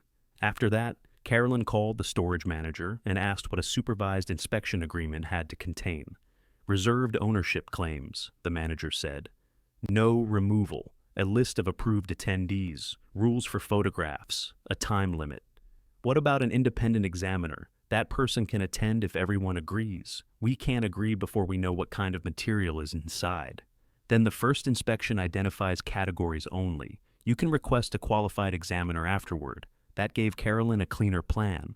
The first opening would document, not decide. No one needed to accept Marvin as neutral. He only needed permission to recognize whether something was a press, a typecase, or a box of paper. Carolyn revised the agreement. She removed every sentence that sounded like a claim. She added a numbered photographic inventory and a rule that all labels had to be photographed before any box was moved. Any original ledger would be photographed in place, then returned to the exact location where it was found. She sent the draft to Courtney and Kevin. This time, she did not call either of them. At 9 the next morning, she stood outside the former shop with the property agent. The white paint had peeled around the windows. A gutter sagged above the side entrance. Weeds grew through a crack where the sidewalk met the wall. The agent worked the front key in the lock. It sticks in damp weather, he said. It hasn't rained in a week. Then it sticks in dry weather, too. The door opened with a hard scrape. Inside, the front room smelled of dust and old cooking oil. The bakery had left a serving counter along one wall. 2 fluorescent fixtures hung from the ceiling, and only one came on when the agent flipped the switch. Carolyn stood just inside the door. The room had changed, but its proportions had not. Morning light still reached the back wall. The floor still sloped slightly toward the alley. Near the center, 4 round patches showed where her father's press had once been bolted into the concrete. She placed the toe of her shoe against one. "That's old mounting hardware under there," she said. "We can have it ground flat." "Don't." The agent looked at her. "If a press comes back, those points may be useful." He opened the rear room. The bakery had installed a deep sink and upgraded part of the electrical service. The walls needed cleaning, and a patch of ceiling showed water damage beneath the roof drain. "Upstairs apartment is included," he said. "It needs work." "How much work? You should see it." The stair rail moved when Carolyn put weight on it. She climbed slowly, keeping her sore wrist away from the wall. The apartment had 2 small rooms, a kitchen, and a bathroom with a rust mark beneath the faucet. One window faced the street. Another looked down into the rear workroom through an old interior opening covered with cloudy glass. Her mother had used the front room for invoices before the shop expanded downstairs. Carolyn remembered sleeping there on a narrow cot during holiday orders. The place had never been a proper home then. It could be one now, if the plumbing worked and the stairs were repaired. The agent turned the kitchen faucet. It coughed brown water, then ran clear. "Roof was patched last year," he said. "Not well enough. The owner may give a repair allowance with a long lease. I'm not ready to lease. You asked for a showing. I'm asking what would be possible." He quoted a monthly rent that Carolyn could not pay. The sale price was lower than she expected and still far beyond her reach. "Would the owner hold it while I inspect equipment?" she asked. "With a deposit." "How much?" He named an amount that would empty her new checking account. "No," Carolyn said. The agent waited for a counteroffer. "I won't tie up grocery money to hold a building I may not need. That's sensible. Is anybody else interested? One person asked about the storefront last month. No offer. Call me if that changes." She measured the front door, the width of the hallway, and the distance from the rear entrance to the old mounting points. The press, if it was the press Marvin suspected, would need to enter through the alley. The sagging gutter would have to be removed first. Before leaving, she took photographs of the floor, electrical panel, sink, stair rail, and water stain. She did not photograph the front window. Seeing her reflection there felt private. At Marvin's office, she spread the measurements across his work table. "The alley entrance is wide enough," she said. "Barely." "For what?" "The cylinder press in Norman's photograph." "You're assuming a great deal from one corner of iron. I'm planning for the hardest object. Smaller things won't cause a larger problem." Marvin examined the measurements. Floor capacity is fine. Moving it will cost. So will cleaning it. So will insurance. Write everything down. They built a list. Rigging, electrical work, rollers, rust treatment, paper storage, humidity control, ink, cleaning supplies, help for lifting and setup. Carolyn did not remove costs simply because she disliked them. When they finished, Marvin totaled the page. That's before rent or purchase, he said. I see it. You also need to decide what work you can physically do. I can print. You can print for an hour. A contract requires the next day too. Carolyn turned the floral proof over in her hand. Then the plan includes help. Paid help. Yes. That word cost her some pride, but less than pretending her wrist would become younger through determination. Marvin leaned against the table. Why the old shop? Because the floor is built for a press. That's the practical answer. It's the answer I'm giving. He accepted that. Courtney sent her signed inspection agreement that afternoon. She had added no new conditions. Kevin did not respond. Carolyn waited until the next morning, then forwarded the agreement to his attorney with the storage manager's written policy. Her message said she would continue preserving the cage, but would not negotiate ownership through a settlement. If Kevin wanted the contents documented, he could sign the neutral terms. If he did not, the seal would remain, and every new charge would be recorded. She copied Kevin and Courtney. 2 hours later, the attorney returned the signed agreement. Kevin called immediately afterward. You went around me again. I included you in the email. You involved counsel over a storage inspection. You involved counsel before you gave me the key. He ignored that. The agreement says all claims are reserved. That was the solution you refused in my living room. I signed because the attorney said it protects the estate. It protects everyone from pretending the inspection decides more than it does. When is it? The manager will schedule it. I want 48 hours notice. The agreement says that.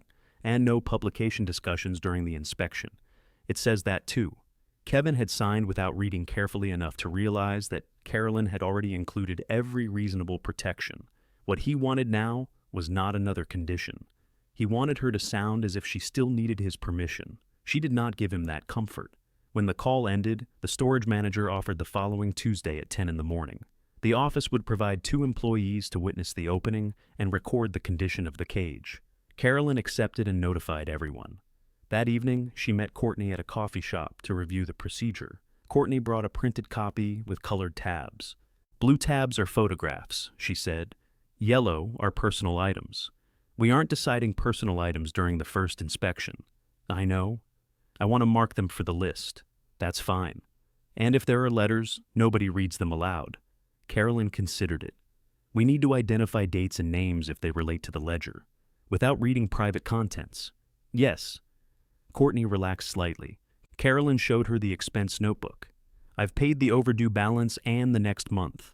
If we need more time after inspection, costs need to be shared. I said I'd pay a third. I want the payment sent directly to the facility, so you don't think I'm buying a claim, so nobody can say later that I accepted money for control. Courtney looked at the lines in the notebook. You sold your bracelet, didn't you? Carolyn closed the cover. How did you know? You always wore it to funerals and weddings. It caught on my sleeve. That isn't what I asked? No, it isn't. Courtney looked down at her coffee. Dad gave you that. Yes, I'm sorry. Carolyn did not say it was all right. Pay the facility directly, she said. Courtney nodded. As they left, Kevin was standing beside Carolyn's car. He had a folded copy of her shop measurements in his hand. She stopped several feet away. Where did you get that? Courtney sent me the inspection agreement from her phone. This was attached behind it. Courtney's face lost color. I didn't know. Kevin opened the page. You're planning to move whatever's in the cage into the old Myers building. I measured a possible workspace. You're arranging a commercial operation before ownership is decided. I'm preparing for a working archive, with Dad's property, with whatever the ledger says belongs together. Kevin looked at the moving costs, the equipment list, and Marvin's estimated production needs. Until then, the cage had been a disputed asset. Now he could see Carolyn's plan for using it. That gave him something specific to stop. Kevin folded the measurements along the same crease. You didn't mention a building when you asked me to sign. The agreement covers inspection, not my plans afterward. Your plans afterward are why you want the inspection. I want the inspection because Norman left a ledger inside. You want to turn estate property into a business. You keep putting ownership at the beginning because you're afraid of what may be at the end. Kevin held up the paper. You've priced moving equipment. I've priced the cost of preserving it before seeing it. That's what planning means. Courtney stepped between them. I attached the wrong pages. She didn't send them to you. That makes it worse, Kevin said. She was hiding the commercial plan. Carolyn unlocked her car but did not open the door. I sent you Marvin's letter. You sent a carefully worded letter that says he hasn't committed to anything. He hasn't. But you measured a shop. Yes. Kevin looked toward the coffee shop windows. People were sitting inside, close enough to see the argument but not hear it. I'm withdrawing from the inspection agreement. You already signed it. I signed without full disclosure. There was no requirement to disclose where equipment might go. I'll let the storage company decide. Courtney turned to him. You can't keep changing the rules. I'm protecting Dad's estate. From what? From Carolyn moving assets into a building tied to her family and calling them hers. Carolyn watched Courtney struggle. She wanted the cage protected from Kevin's debts. She also wanted Norman's private things protected from Carolyn's business plan. Fear pulled her in both directions, and Kevin knew how to make one fear louder than the other.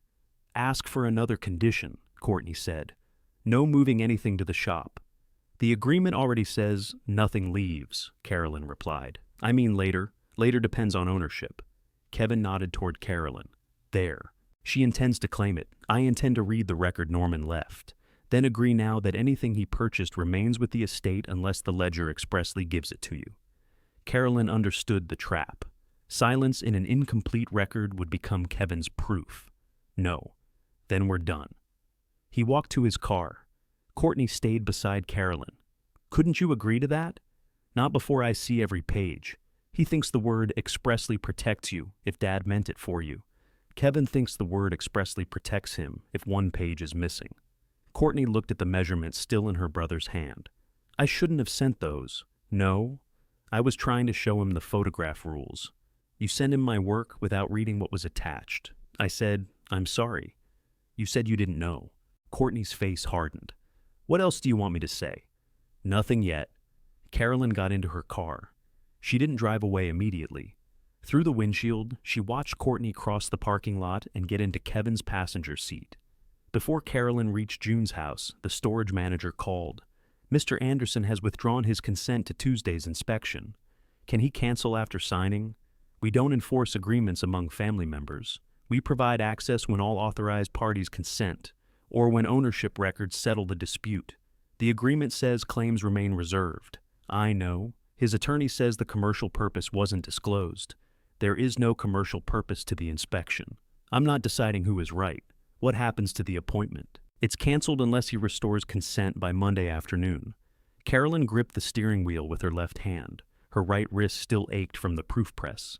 Keep the time available until Monday afternoon. I can do that. She called Kevin. He let it ring until voicemail answered. The building measurements don't change the inspection rules, she said after the signal. Nothing was going to leave. Restore your consent. She did not ask him to call back. He sent an email that evening instead. His attorney had attached the original settlement with a new expiration date. If Carolyn signed by Friday, she would receive the payment, and the estate would authorize her to examine the cage once before professional disposal. Printing materials could be offered to her at a price determined later. Personal Anderson materials would remain with Kevin and Courtney. The word disposal appeared 3 times. Carolyn printed the message at June's desk. She placed it beside the expense notebook and calculated what the settlement could do. It could secure a small apartment. It could replace the bracelet. It could pay for groceries without checking every receipt. If she accepted it, she would no longer depend on June's spare room. The settlement could also leave Kevin free to price, divide, or discard whatever Norman had spent years recovering. June found her still at the desk after midnight. Are you going to sign? She asked. I don't know. That isn't like you. I've never had this little money while refusing that much. June pulled over a chair. How much is the storage costing? Carolyn showed her the notebook. You can't keep paying that forever. No. You can stay here as long as you need. That's part of the problem. June frowned.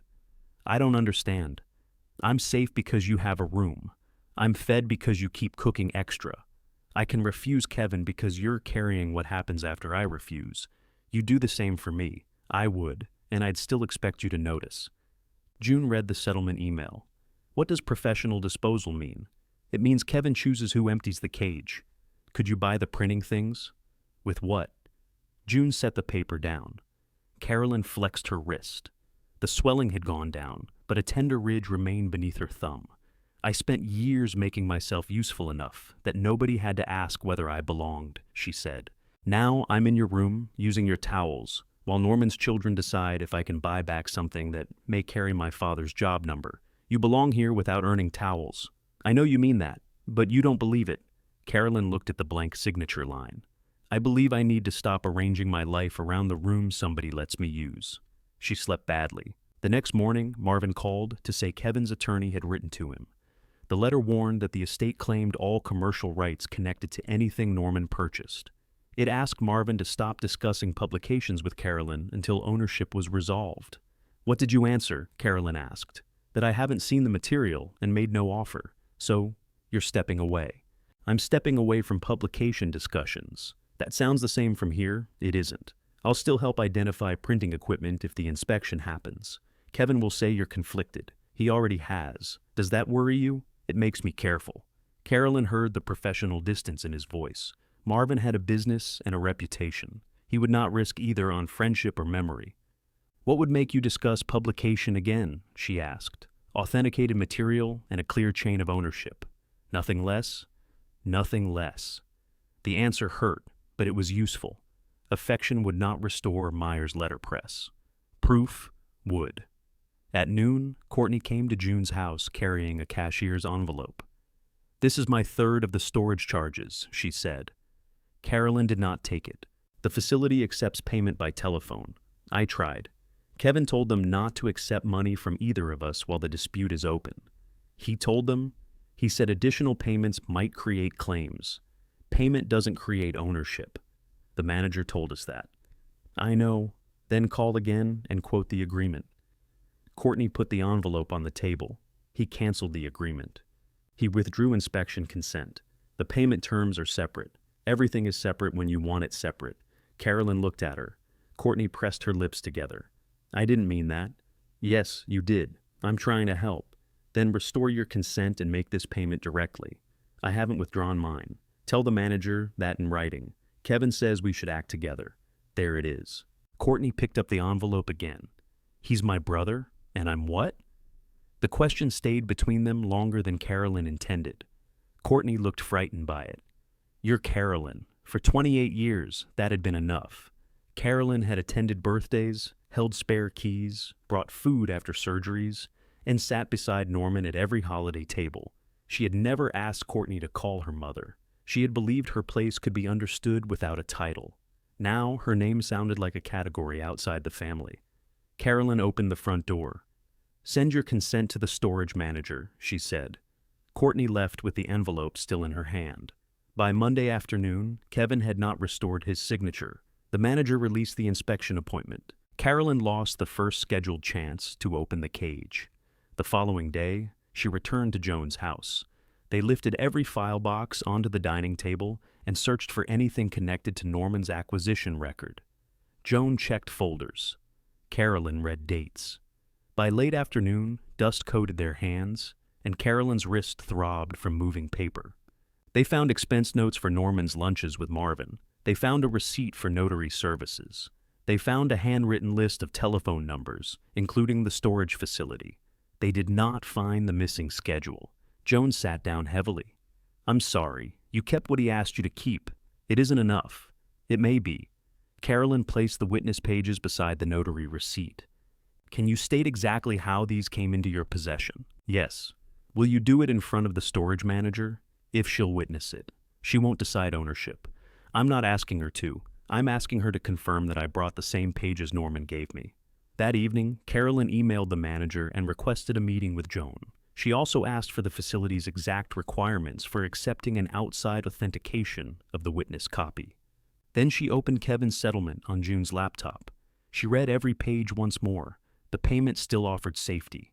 The disposal clause still gave away the only path to Norman's original ledger. Carolyn typed one sentence above her name. I decline this settlement and reserve all claims. She sent it before the deadline. Afterward, she paid another month on cage C18 from her new account. The payment left barely enough for her ordinary expenses, and it tied her security to a locked space that might still disappoint her. The manager emailed a receipt and confirmed the seal would remain in place. Carolyn printed both pages. She had lost the inspection date, Marvin's active commercial interest, Courtney's cooperation, and the last easy chance at settlement money. Keeping the cage now meant accepting those costs without knowing whether Norman had left her anything she could use. She slid the receipt into her folder. "Keep it sealed," she said aloud. "I'll carry it." The next morning, Joan met her in the storage office carrying the sleeved pages in a flat cardboard portfolio. The manager cleared a small conference table and closed the door. She compared Joan's copy with the digital scans already in the account file. "I need you to tell me what you personally witnessed," she said. Joan sat straight in her chair. "Norman signed the first page at my dining table. The attached schedule was folded under another sheet. I did not read it. I watched him sign, then I signed as a witness. He took the original to a notary. Later, he brought me these copies and asked me to retain them. Did he alter them in your presence?" "No. Did you add anything?" "Only my witness signature on the original page. This is the copy he returned to me." The manager placed Norman's old account application beside the witness page. His signatures had been made years apart, but the same narrow N began his first name. The final stroke of Anderson rose above the rest of the word. "They appear consistent," the manager said. "I'm not authenticating handwriting. I'm noting the account signature and the ledger signature show the same ordinary characteristics." "That's all we're asking," Carolyn said. The manager reviewed the receipt for notary services. Its date matched the acknowledgement page. Then she opened a record Carolyn had not seen before. When Mr. Anderson rented the cage, he completed a property description for our insurer. "What did he list?" Carolyn asked. "Printing equipment, wood and metal printing forms, paper records, and tools." Joan looked at Carolyn. "Does it identify the equipment?" Carolyn asked. "No. It gives an estimated replacement category, not an item list." "Does it say household property?" "No." Kevin's claim that the cage held forgotten lamps and furniture had never been based on knowledge. Norman had told the facility he was storing printing equipment. The manager placed the record beneath a clear desk weight. "The declaration supports a connection between the account and the acquisition ledger. It doesn't establish who owns the property. I understand. It does remove one concern. We no longer have an unexplained private record being used to seek access to unrelated goods." "What does that change?" "I can send a recommendation that the hold be modified for one supervised inspection." "Who decides?" "Our regional records office reviews disputed accounts." "How long?" "Usually 3 business days." Carolyn took out her notebook. "What else do they need?" "A statement from you accepting the inspection limits. The cage is opened once. Everything is documented in place. Nothing leaves. If an original ledger is found, it is photographed where found before anyone handles it." "I'll sign that." "You may also name a neutral examiner." "Does Kevin have to approve the examiner?" "He may object." The records office decides whether the person is reasonably qualified for observation. The examiner will not decide ownership. Joan folded her hands over the portfolio. "So, the office confirms a process, not an answer." "Exactly." Carolyn signed the statement. Outside, Joan stopped beneath the narrow shade of the building. "You could ask them to exclude Kevin," she said. "Why would I?" "He canceled the last inspection. They may let you proceed as the authorized contact if the records office accepts these pages. I want him present." "Even after everything?" "Especially after everything." Joan studied her. "You don't trust him?" "No." "Then why give him advance warning?" "Because I'm not opening the cage to get ahead of him. I'm opening it to make the record visible." "And Courtney, she comes too." Joan adjusted the strap of her purse. "That gives both of them time to prepare another objection. It also removes their excuse that I did this behind their backs." Carolyn had considered the easier way. Open the cage with the manager, photograph whatever supported her, and let Kevin discover later that he had lost control. The thought had offered a brief satisfaction. It would also make every photograph look selective and every missing detail look deliberate. More importantly, it would turn Norman's careful record into another family secret. She was finished living inside arrangements that worked only while someone remained uninformed. At Marvin's office, she showed him the property declaration, wood and metal printing forms he read. That could mean blocks and plates. It could. Printing equipment could mean one small press or several large machines. I know. Tools could mean anything. I know that too. Marvin looked at her over the page. You're calmer than I expected. I've stopped asking a locked door to reassure me. He placed the declaration on the table. If the records office approves an inspection, I shouldn't be the neutral examiner. Kevin has made that clear. He isn't wrong about my commercial interest. Do you know someone who can test the material without trying to buy it? Marvin thought for a moment. Donald Carrillo. What does he do? He authenticates historic printing equipment and blocks for collections, publishers, and insurers. He checks serial numbers, materials, tool marks, paper, ink, and whether signatures belong together.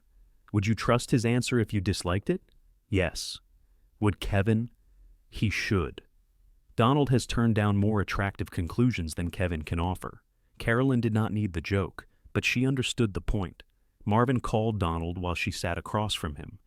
He explained that a sealed storage cage might contain Myers letterpress material, supported by an incomplete witness copy. He also explained that ownership was disputed and no one knew what was inside. Donald asked several questions Carolyn could hear, only through Marvin's answers. No, the original ledger hasn't been seen. Yes, the account declaration mentions printing equipment. No, I haven't offered a contract. Marvin handed her the telephone. Donald's voice was brisk. If I attend, I work for the inspection, not for you or the estate. That's what I need. I'll issue one written finding based on what I can physically compare. If the cage is too crowded to examine something safely, I won't guess. Understood. I don't value family papers. We need you to authenticate printing material and the records attached to it. If the original ledger names an owner, I can confirm whether objects match its entries. I can't rule on what the language means. The language can speak for itself. Who pays me? Carolyn looked at the fee Marvin had written on a pad. It was more than another month of storage. I'll pay 1/3. The other parties have already offered to share inspection costs. Already offered isn't the same as agreed. No. Send me the full amount and your available dates. Donald agreed to hold one morning the following week for 24 hours while the facility reviewed the request. After the call, Marvin said, You can't afford his whole fee. I can't afford an examiner Kevin can dismiss. You may have to borrow, not from you. I wasn't offering. Good. Marvin turned back to his desk, but she saw the concern in his face. Carolyn emailed Donald's qualifications and fee to the manager, Kevin, and Courtney. She attached the facility's property declaration and Jones' witness statement. She stated that she would cover Donald's full fee if they refused to share it, but doing so created no ownership claim and no debt owed to her. Kevin called within minutes. You hired an authenticator without consulting us. I proposed one. Read his qualifications. I'm looking at his fee. So am I. Marvin chose him. Marvin recommended him. That's the same circle. Then name a specific conflict. You're using a publisher's expert to validate material for the publisher. Donald works for insurers and collections. His report goes to all of us. Kevin's voice sharpened. You're setting up the result. The result is in the cage. If this person says the material is yours, I'm not accepting that. He won't decide ownership. Then why are we paying him? To determine whether objects, labels, serial numbers, paper, ink, and signatures form one authentic record. That sounds like ownership dressed up as printing. It sounds like you haven't read the ledger because none of us have. Kevin went silent. Carolyn continued. You may attend. You may photograph everything under the rules. You may ask Donald questions. You may bring your attorney's written concerns. You may not choose the answer before the door opens. And if I refuse, the facility may proceed after notice if the records office approves. So, you found a way around me. I found a way forward that includes you. That is an inclusion. It is when you don't control the room. Kevin ended the call. Courtney arrived at June's house that evening. She did not bring muffins, papers, or money. Kevin says you're opening the cage whether we agree or not. The records office hasn't approved it yet. But if they do, I'm inviting both of you. You could keep us out. I could request that. I haven't. Courtney sat at the kitchen table. Why not? Because if there are family letters or photographs, you should see that they're protected. And if the ledger says everything is yours, then you'll see that too. Courtney stared at her hands. Dad made this impossible. He made it complicated. He hid things. Yes, from all of us. Carolyn pulled out the chair across from her. Whatever he meant, I'm not going to use his secrecy to humiliate you. Kevin says you know about his debts. I do. Courtney looked up quickly. He told you? You did, in the church kitchen? I shouldn't have. No. Are you going to use that? I could tell his attorney that Speed is serving Kevin's creditors more than Norman's estate.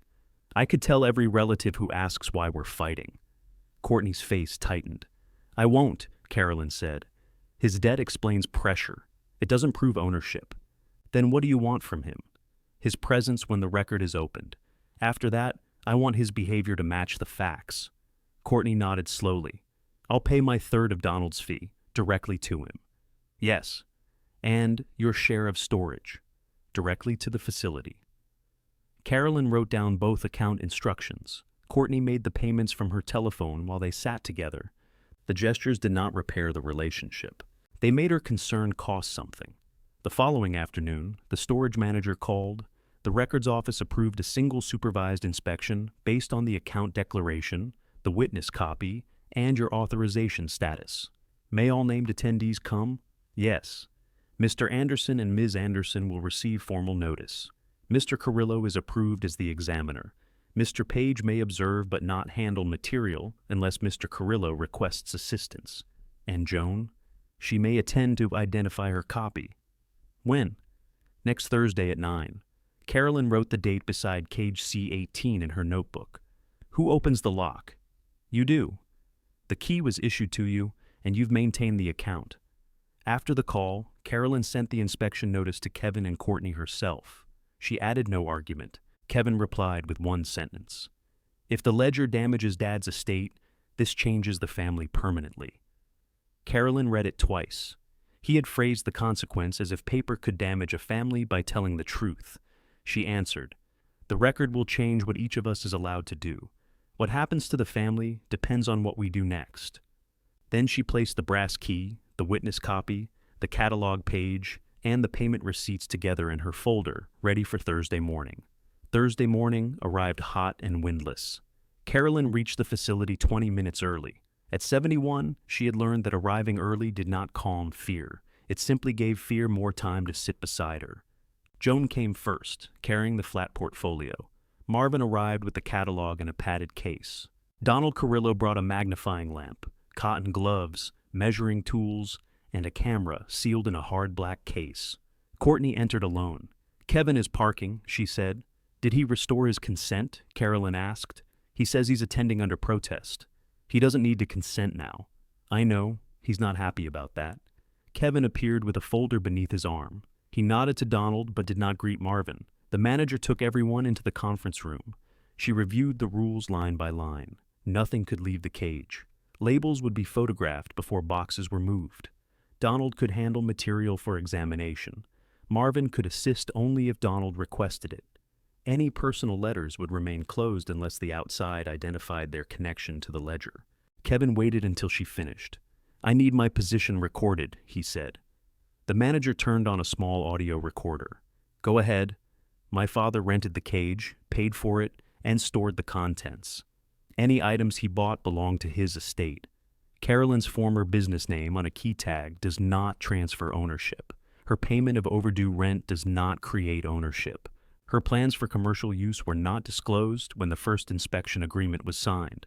Carolyn let him finish. Kevin had committed himself completely. Norman's account, Norman's payments, Norman's purchases, therefore Norman's estate. It was a simple version, and Kevin needed it to remain simple. The manager looked at Carolyn. Would you like to state a position? No, I'd like to open the cage. They walked through a secured door into a concrete corridor. Cage C18 stood at the far end behind a corrugated metal door. A red facility seal crossed the lock housing. The manager photographed the seal, cut it, and stepped aside. Carolyn removed the brass key from her folder. Her wrist hurt when she turned it. She used both hands. The lock opened with a heavy click. No one spoke. Carolyn lifted the latch and pulled the door toward her. It stuck after several inches. She shifted her weight and pulled again until the rollers moved along the track. The overhead light reached into the cage. Boxes filled the front from floor to shoulder height. They were clean, square, and arranged by size. Each carried a white label protected under clear tape. Carolyn Myers. The name appeared on the first box. It appeared on the second. It appeared on every visible box, written in Norman's careful hand. Carolyn Myers, Botanical Proofs. Carolyn Myers, Unfinished Commissions. Carolyn Myers, Catalogs. Carolyn Myers, Woodblocks, Group 1. Courtney covered her mouth. Kevin stepped closer, then stopped when the manager raised her hand. Nobody enters until the front is photographed. Carolyn stood with the open lock in her palm. Norman had used the name she was born with, the name printed on her father's invoices, and the name she had stopped using professionally when the shop disappeared. He had not labeled the boxes Anderson property. He had not labeled them estate storage. Before anyone saw the deeper record, his ordinary handwriting had changed the room. Marvin looked at Carolyn but did not speak. The manager photographed each visible label. Donald took overlapping pictures of the entire front row. Then he asked Carolyn to read the labels aloud while the recorder ran. Her voice remained steady until she reached the last one. Carolyn Myers, Working Files. Kevin opened his folder. Labels aren't ownership. No one said they were, Donald replied. They're part of the record. The first box contained catalogs, specimen sheets, and wrapped proof books. Donald compared the paper, numbering, and printed marks with Marvin's catalog. He found the same job number on 3 original sleeves. The next box held woodblocks packed upright in divided trays. Carolyn recognized the bluebonnet before Donald lifted it. Her small cutting mark remained near one corner, 2 crossed lines she had used to show the grain direction. I made that, she said. Donald positioned it beneath his lamp. Don't rely on memory yet. He measured the block and compared it with the catalog impression. The dimensions matched, so did a shallow chip along the lower edge. Under magnification, the carved lines carried old black ink beneath a later protective coating. Original block, Donald said, used for the catalog proof, conserved afterward. By Norman? Courtney asked. The conservation record may tell us. Box after box followed the same order. Texas botanical blocks, metal borders, type in labeled cases, original catalogs, proof sheets carrying Carolyn's pencil corrections, unfinished files from customers whose jobs had ended when Myers' letterpress closed. Behind them stood a restored cylinder press secured to a wooden shipping base. Its dark iron frame had been cleaned and coated. The rollers were wrapped. A service tag dated 7 years earlier hung from the feed table. Carolyn walked toward it only after the manager gave permission. She placed her fingers against the frame. The serial plate sat low on the right side. Donald cleaned it with a soft brush and read the number into the recorder. Marvin searched the catalog index. That's the Myers press, he said. Kevin looked at him. You can tell from one number, the catalog lists the shop equipment. Donald compared the serial number himself. It matches. Courtney touched Norman's service tag. His handwriting listed roller measurements, bearing work, and missing parts he had replaced. He did restore it, she said. Carolyn read the final line. Ready for Carolyn when space is ready. She did not cry. She pressed her lips together and rested her hand flat on the feed table until she could breathe normally. Kevin stood several feet away. He still paid for the restoration. Possibly, Donald said. That question belongs to the ledger. The front boxes had hidden a low-type cabinet beneath the press table. Its drawers contained type sorted into clean compartments. The bottom drawer would not open. Carolyn crouched and examined it. It isn't a drawer, she said. A narrow seam ran around the front panel. 2 screws had been fitted beneath the cabinet lip. Norman had filled the slots with removable wax to keep out moisture. Donald photographed the panel before Carolyn touched it. Marvin handed her a small screwdriver from Donald's case. Her wrist protested on the first screw. She changed hands. Courtney knelt beside her. Let me hold the light, she said. Carolyn removed both screws. The panel came forward, revealing a shallow cavity lined with dry paperboard. Inside lay a thick ledger wrapped in oilcloth. The manager photographed it before Donald lifted it onto a clean sheet of paper. Norman's acquisition ledger filled more than 100 numbered entries. Each number matched a box, type case, block group, tool package, or machine component. Dates began with the first purchases and continued through restoration and storage. The first page carried Norman's notarized signature. Jones' witness signature appeared beneath it. Donald placed Jones' copy beside the original. The text, spacing, signatures, and folded edge matched. Then Carolyn read the ownership line. Each item described in this ledger was acquired by Norman Anderson as purchasing agent for Carolyn Myers, owner for the recovery and future operation of Myers Letterpress. Kevin leaned across the table. "Let me see that." The manager held up her hand. "Wait for the photograph." Donald photographed the page. Then he turned through the numbered entries. Every transfer named Carolyn Myers as owner. Norman appeared only as purchasing agent.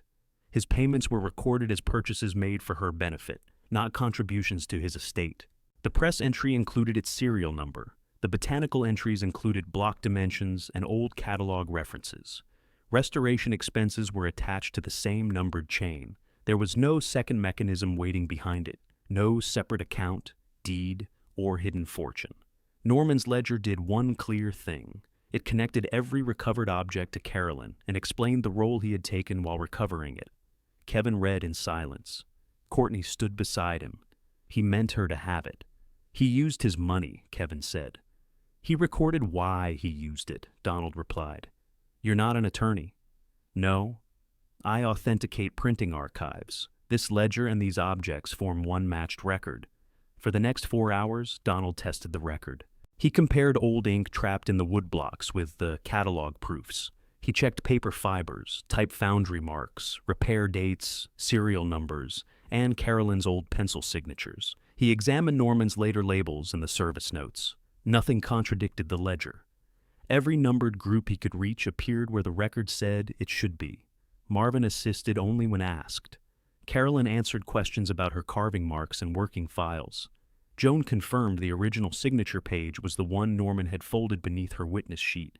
Near 3 in the afternoon, Donald closed his case. "My finding is that this is an authentic, restored Myers Letterpress working archive," he said. "The acquisition ledger is original to the recovery project. Its numbered entries match the equipment, blocks, type, catalogs, and files examined today. Norman Anderson documented himself as purchasing agent throughout. Carolyn Myers is identified consistently as owner." Kevin's face had gone pale. Donald continued. "Based on the complete group, condition, provenance, and commercial usability, the authenticated archive value is $186,000. No one moved. The amount was large enough to expose the care hidden behind 7 years of storage. It was also small enough to remain real, a working property with costs and limits, not a miracle that erased every problem." Marvin looked at Carolyn. "When the facility releases the material, I'll discuss the publishing and restoration contract with you." "With Carolyn?" Kevin asked. "With the documented owner." The manager reviewed Donald's written finding and the ledger photographs. Then she returned the brass key to Carolyn. "The estate dispute no longer supports restricting your access under our account rules," she said. "The cage will remain sealed tonight because the inspection period is ending. After the report is entered, access and removal authority return to you." Kevin closed his folder. "You're accepting this without legal review?" "I'm applying the facility's rule. If you obtain a court order, we'll follow it. Until then, the matched ownership record controls access."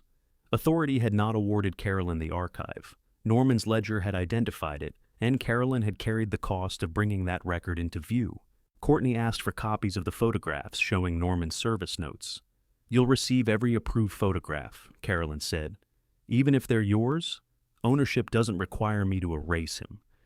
Kevin looked at the open cage, the repeated labels, and the press his father had restored for a woman he had just locked out of her home. "I need time," he said. Carolyn closed the metal door herself. "You have until the removal appointment," she said. "After that, the archive goes back to work." Kevin said nothing. The manager resealed the cage, and everyone returned to the office. Donald handed copies of his preliminary finding to Carolyn, Kevin, and Courtney. He packed his tools, accepted payment from all three, and left.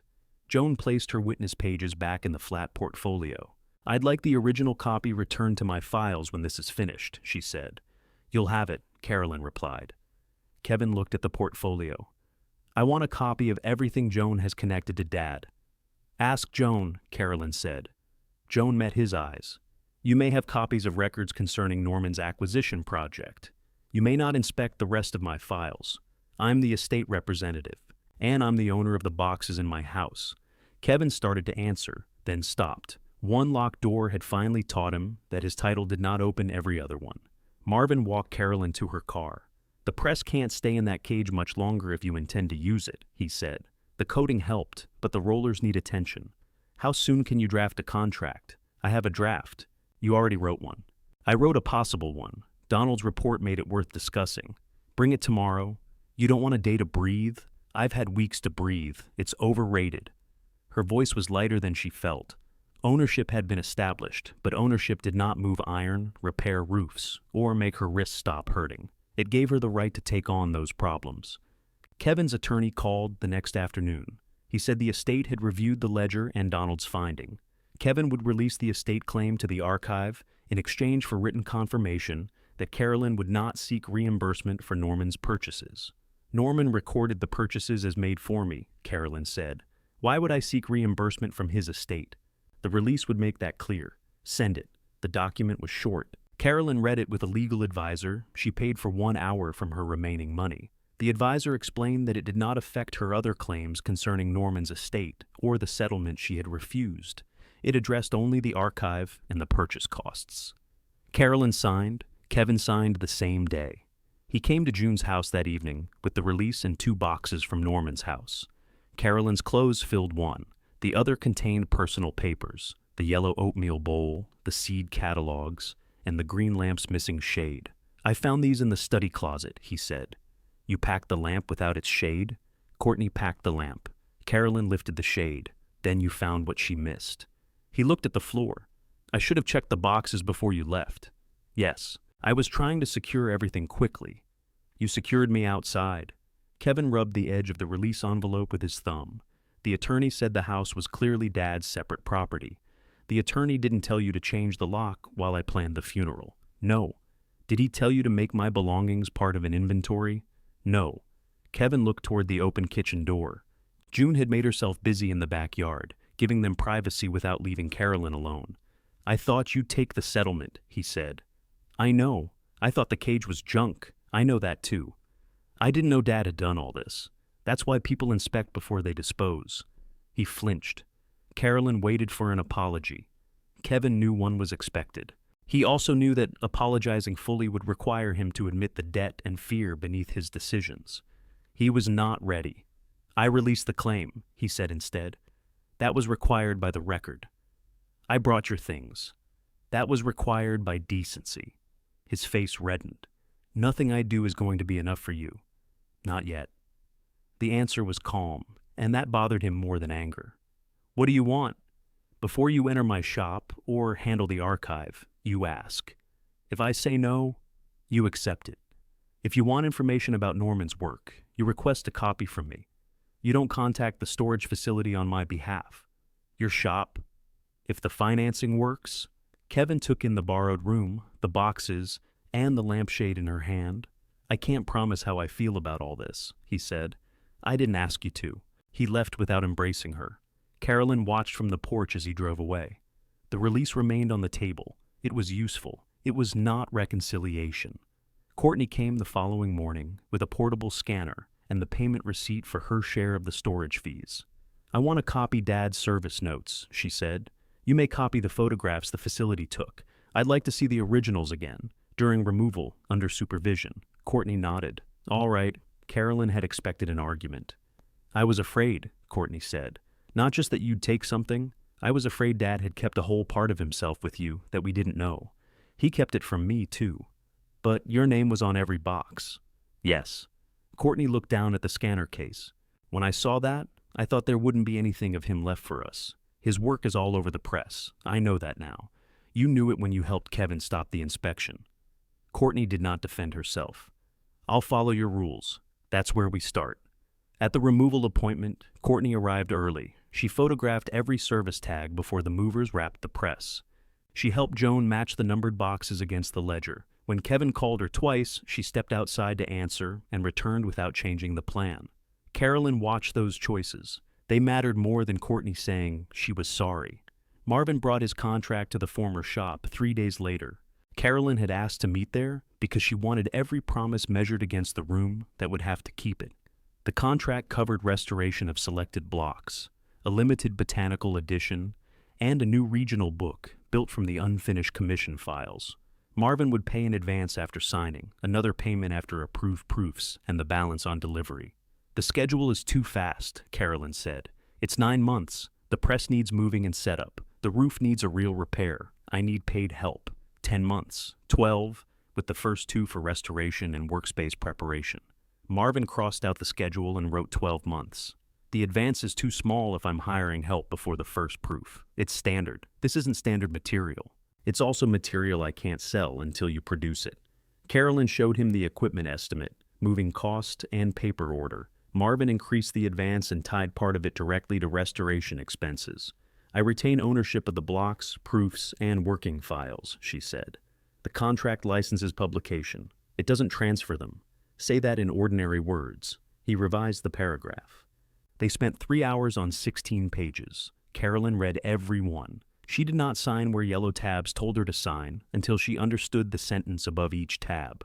When she finally wrote Carolyn Myers Anderson at the bottom, she paused. Then she added, "Doing business as Myers Letterpress."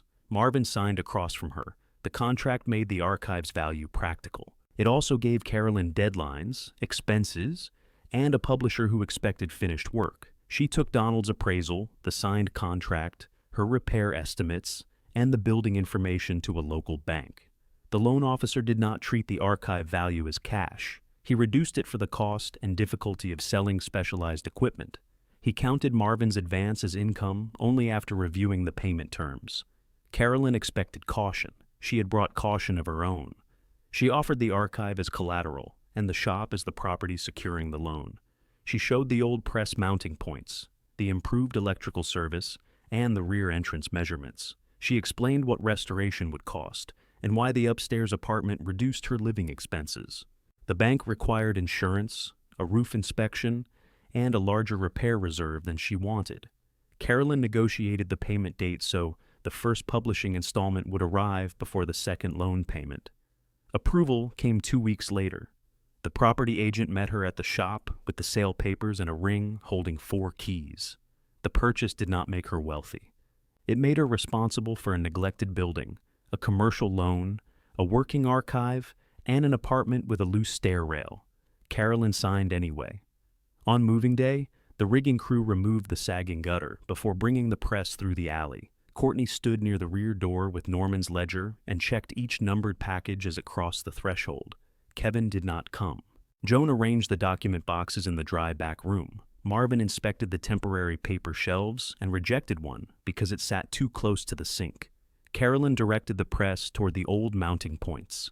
When the base settled over the circles in the concrete, the fit was nearly exact. Courtney touched one of Norman's service tags. "May I keep a copy of this one?" "Yes." "Can I come back when you run the press, when it's safe, and when I invite you?" Courtney accepted the answer. After everyone left, Carolyn climbed the stairs to the apartment. Her green lamp stood on the kitchen counter with its shade fitted properly. The room smelled of plaster dust and old wood. Below her, the press waited beneath clean canvas. Carolyn placed the shop key on its own ring, separate from every key Kevin or Courtney had ever held. She used it the next morning to let in the roof crew. The repair took 4 days and uncovered damp insulation above the back room. Carolyn approved the added cost because paper could not live beneath a doubtful roof. She refused a cheaper patch and reduced the first paper order instead. The stair rail came next. Then the electrician installed outlets where cords would not cross the shop floor. The rigging crew leveled the press, and a roller company rebuilt the rubber surfaces from Norman's measurements. Carolyn did not lift what she could direct someone else to lift. Her wrist wore a firm brace on cleaning days. When pain continued into the next morning, she stopped. The schedule on the wall included rest days beside delivery dates. That adjustment irritated her for a month. Then it began to feel like part of running the shop well. Joan came every Tuesday to help catalog the working files. She returned her witness pages to a labeled box and kept digital copies in 2 separate places. "You've become cautious," Carolyn said. "I spent weeks digging through my spare room. Caution would have been easier." They matched unfinished commission files to the ledger and marked which customers still existed. Some organizations had closed, others had merged or changed names. Marvin selected the files with the strongest photographs and cleanest rights for the new book. He visited every other Thursday and behaved like a publisher, not a rescuer. "This proof is too light," he said during the first botanical review. "The paper is too soft. The reader won't blame the paper. The printer will." Carolyn changed the stock. Marvin approved the next proof and released the second payment under the contract. The money covered insurance, paper, and the first month of wages for a part-time press assistant. Carolyn trained the assistant to clean from the least delicate surface toward the most delicate one. She demonstrated once, watched twice, and corrected without grabbing the tool away. The bluebonnet block produced the first finished impression. Carolyn inked it herself. She checked the guides, turned the press by hand, and listened for any uneven contact. The machine moved with a low, steady rhythm. The paper came away carrying the same carved lines she remembered, but the impression was sharper than the last one made decades before. Norman's repairs had brought the pressure back into balance. Joan stood beside the drying rack. "He would have pretended something needed adjusting," she said. "He always needed a reason to touch a machine." Marvin examined the proof beneath the lamp. Approved. Carolyn signed and dated the back. Courtney attended the second press run, not the first. She had asked, and Carolyn had told her to wait until the rollers were stable. When the invitation came, Courtney arrived with closed shoes, tied-back hair, and a notebook. "Where may I stand?" she asked. Carolyn showed her the safe line marked on the floor. Courtney stayed behind it. She photographed Norman's service tag only after asking. When Carolyn needed a wrench, Courtney pointed toward the tool cabinet instead of stepping across the line to get it. At lunch, they sat upstairs with sandwiches wrapped in paper. "I found another box of your things at the house," Courtney said. "Kitchen towels, a recipe file, and some photographs. Bring them next time. Kevin wants to bring them." Carolyn folded the sandwich paper into a square. "Why? He wants to see the press. He can ask me. He thinks you'll say no." "I might." Courtney nodded. "I told him that was part of asking." 2 days later, Kevin called. "May I come by Saturday?" he said. "What for?" "To return your things and see Dad's restoration work. The shop closes at 3. I can come at 2. Courtney may come with you. You stay behind the market line unless I invite you across it." "All right." "And you don't photograph the ledger. I already have a copy." "I know. I'm telling you the rule." "All right." He arrived at 10 minutes before 2, carrying 2 boxes. Courtney carried the recipe file. Kevin placed everything where Carolyn directed. He did not wander through the shop. He stood near the front counter and watched the press assistant finish cleaning the ink plate. Carolyn showed him the restored service tag through a protective sleeve. "He rebuilt the feed mechanism twice," she said. Kevin read Norman's notes. "He used to rebuild my bicycle brakes every spring, whether they needed it or not." He liked knowing the next stop would work. Kevin looked toward the press. "May I go closer?" "You may stand beside the feed table. Don't touch the controls." He obeyed. On the way out, he gave Carolyn an envelope. Inside was a check for 1/3 of the storage charges she had paid alone. The memo line said, "Reimbursement of preservation expenses. No ownership interest." "My attorney wrote the wording," he said.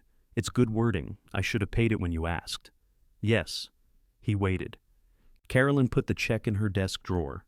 "Thank you for paying it now." That was all she gave him. He accepted it. Their next meeting happened at the bank, where Kevin delivered records showing which of Carolyn's monthly payments were separate from Norman's estate. He had no legal reason to delay them, but previously he had answered questions slowly and through his attorney. This time, he provided the full record and corrected one account address before Carolyn asked. He still did not speak plainly about changing the locks. Carolyn did not pretend the practical acts erased it. She allowed him into the shop during public hours. He did not receive a key. Courtney's access became more personal and more limited at the same time. Carolyn gave her digital copies of Norman's restoration photographs and service notes. Original records stayed in archival sleeves downstairs. Once a month, Courtney helped Joan scan a section of the ledger. She signed the handling sheet each time and returned every page before leaving.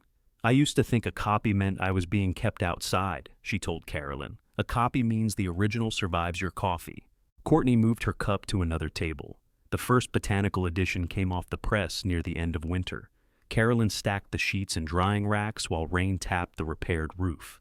Marvin checked the count, approved the final run, and paid the contract balance on schedule. The money did not retire the loan. It made the loan payment, funded the next edition, and covered wages. The archive was valuable because it could continue working, not because Carolyn had converted it into cash and scattered it again. She opened the street-level room for public workshops twice a month. Retired teachers learned to set short lines of type. Local artists brought simple blocks to proof. Visitors stood at the counter and turned pages from the new edition, while the press moved behind them. Carolyn kept the archive room locked during workshops. Welcome did not require carelessness. They made it sound like the boxes did the work, Carolyn said. The photograph shows you running the press. That part they got right. She placed the newsletter in a drawer with the storage key tag, Donald's report, and the first paid invoice from Marvin. The brass key no longer opened anything. Cage C-18 had been emptied, swept, and released. Carolyn kept the key because Norman had attached the Myers number to it when no one else knew the number mattered. In early spring, she invited Kevin and Courtney to a small supper upstairs. Not a holiday, not an anniversary, just soup, bread, and 4 place settings because Joan came too. Kevin arrived at the stated time. Courtney brought flowers and asked where to put them. Neither entered the archive room. After supper, Kevin carried bowls to the sink.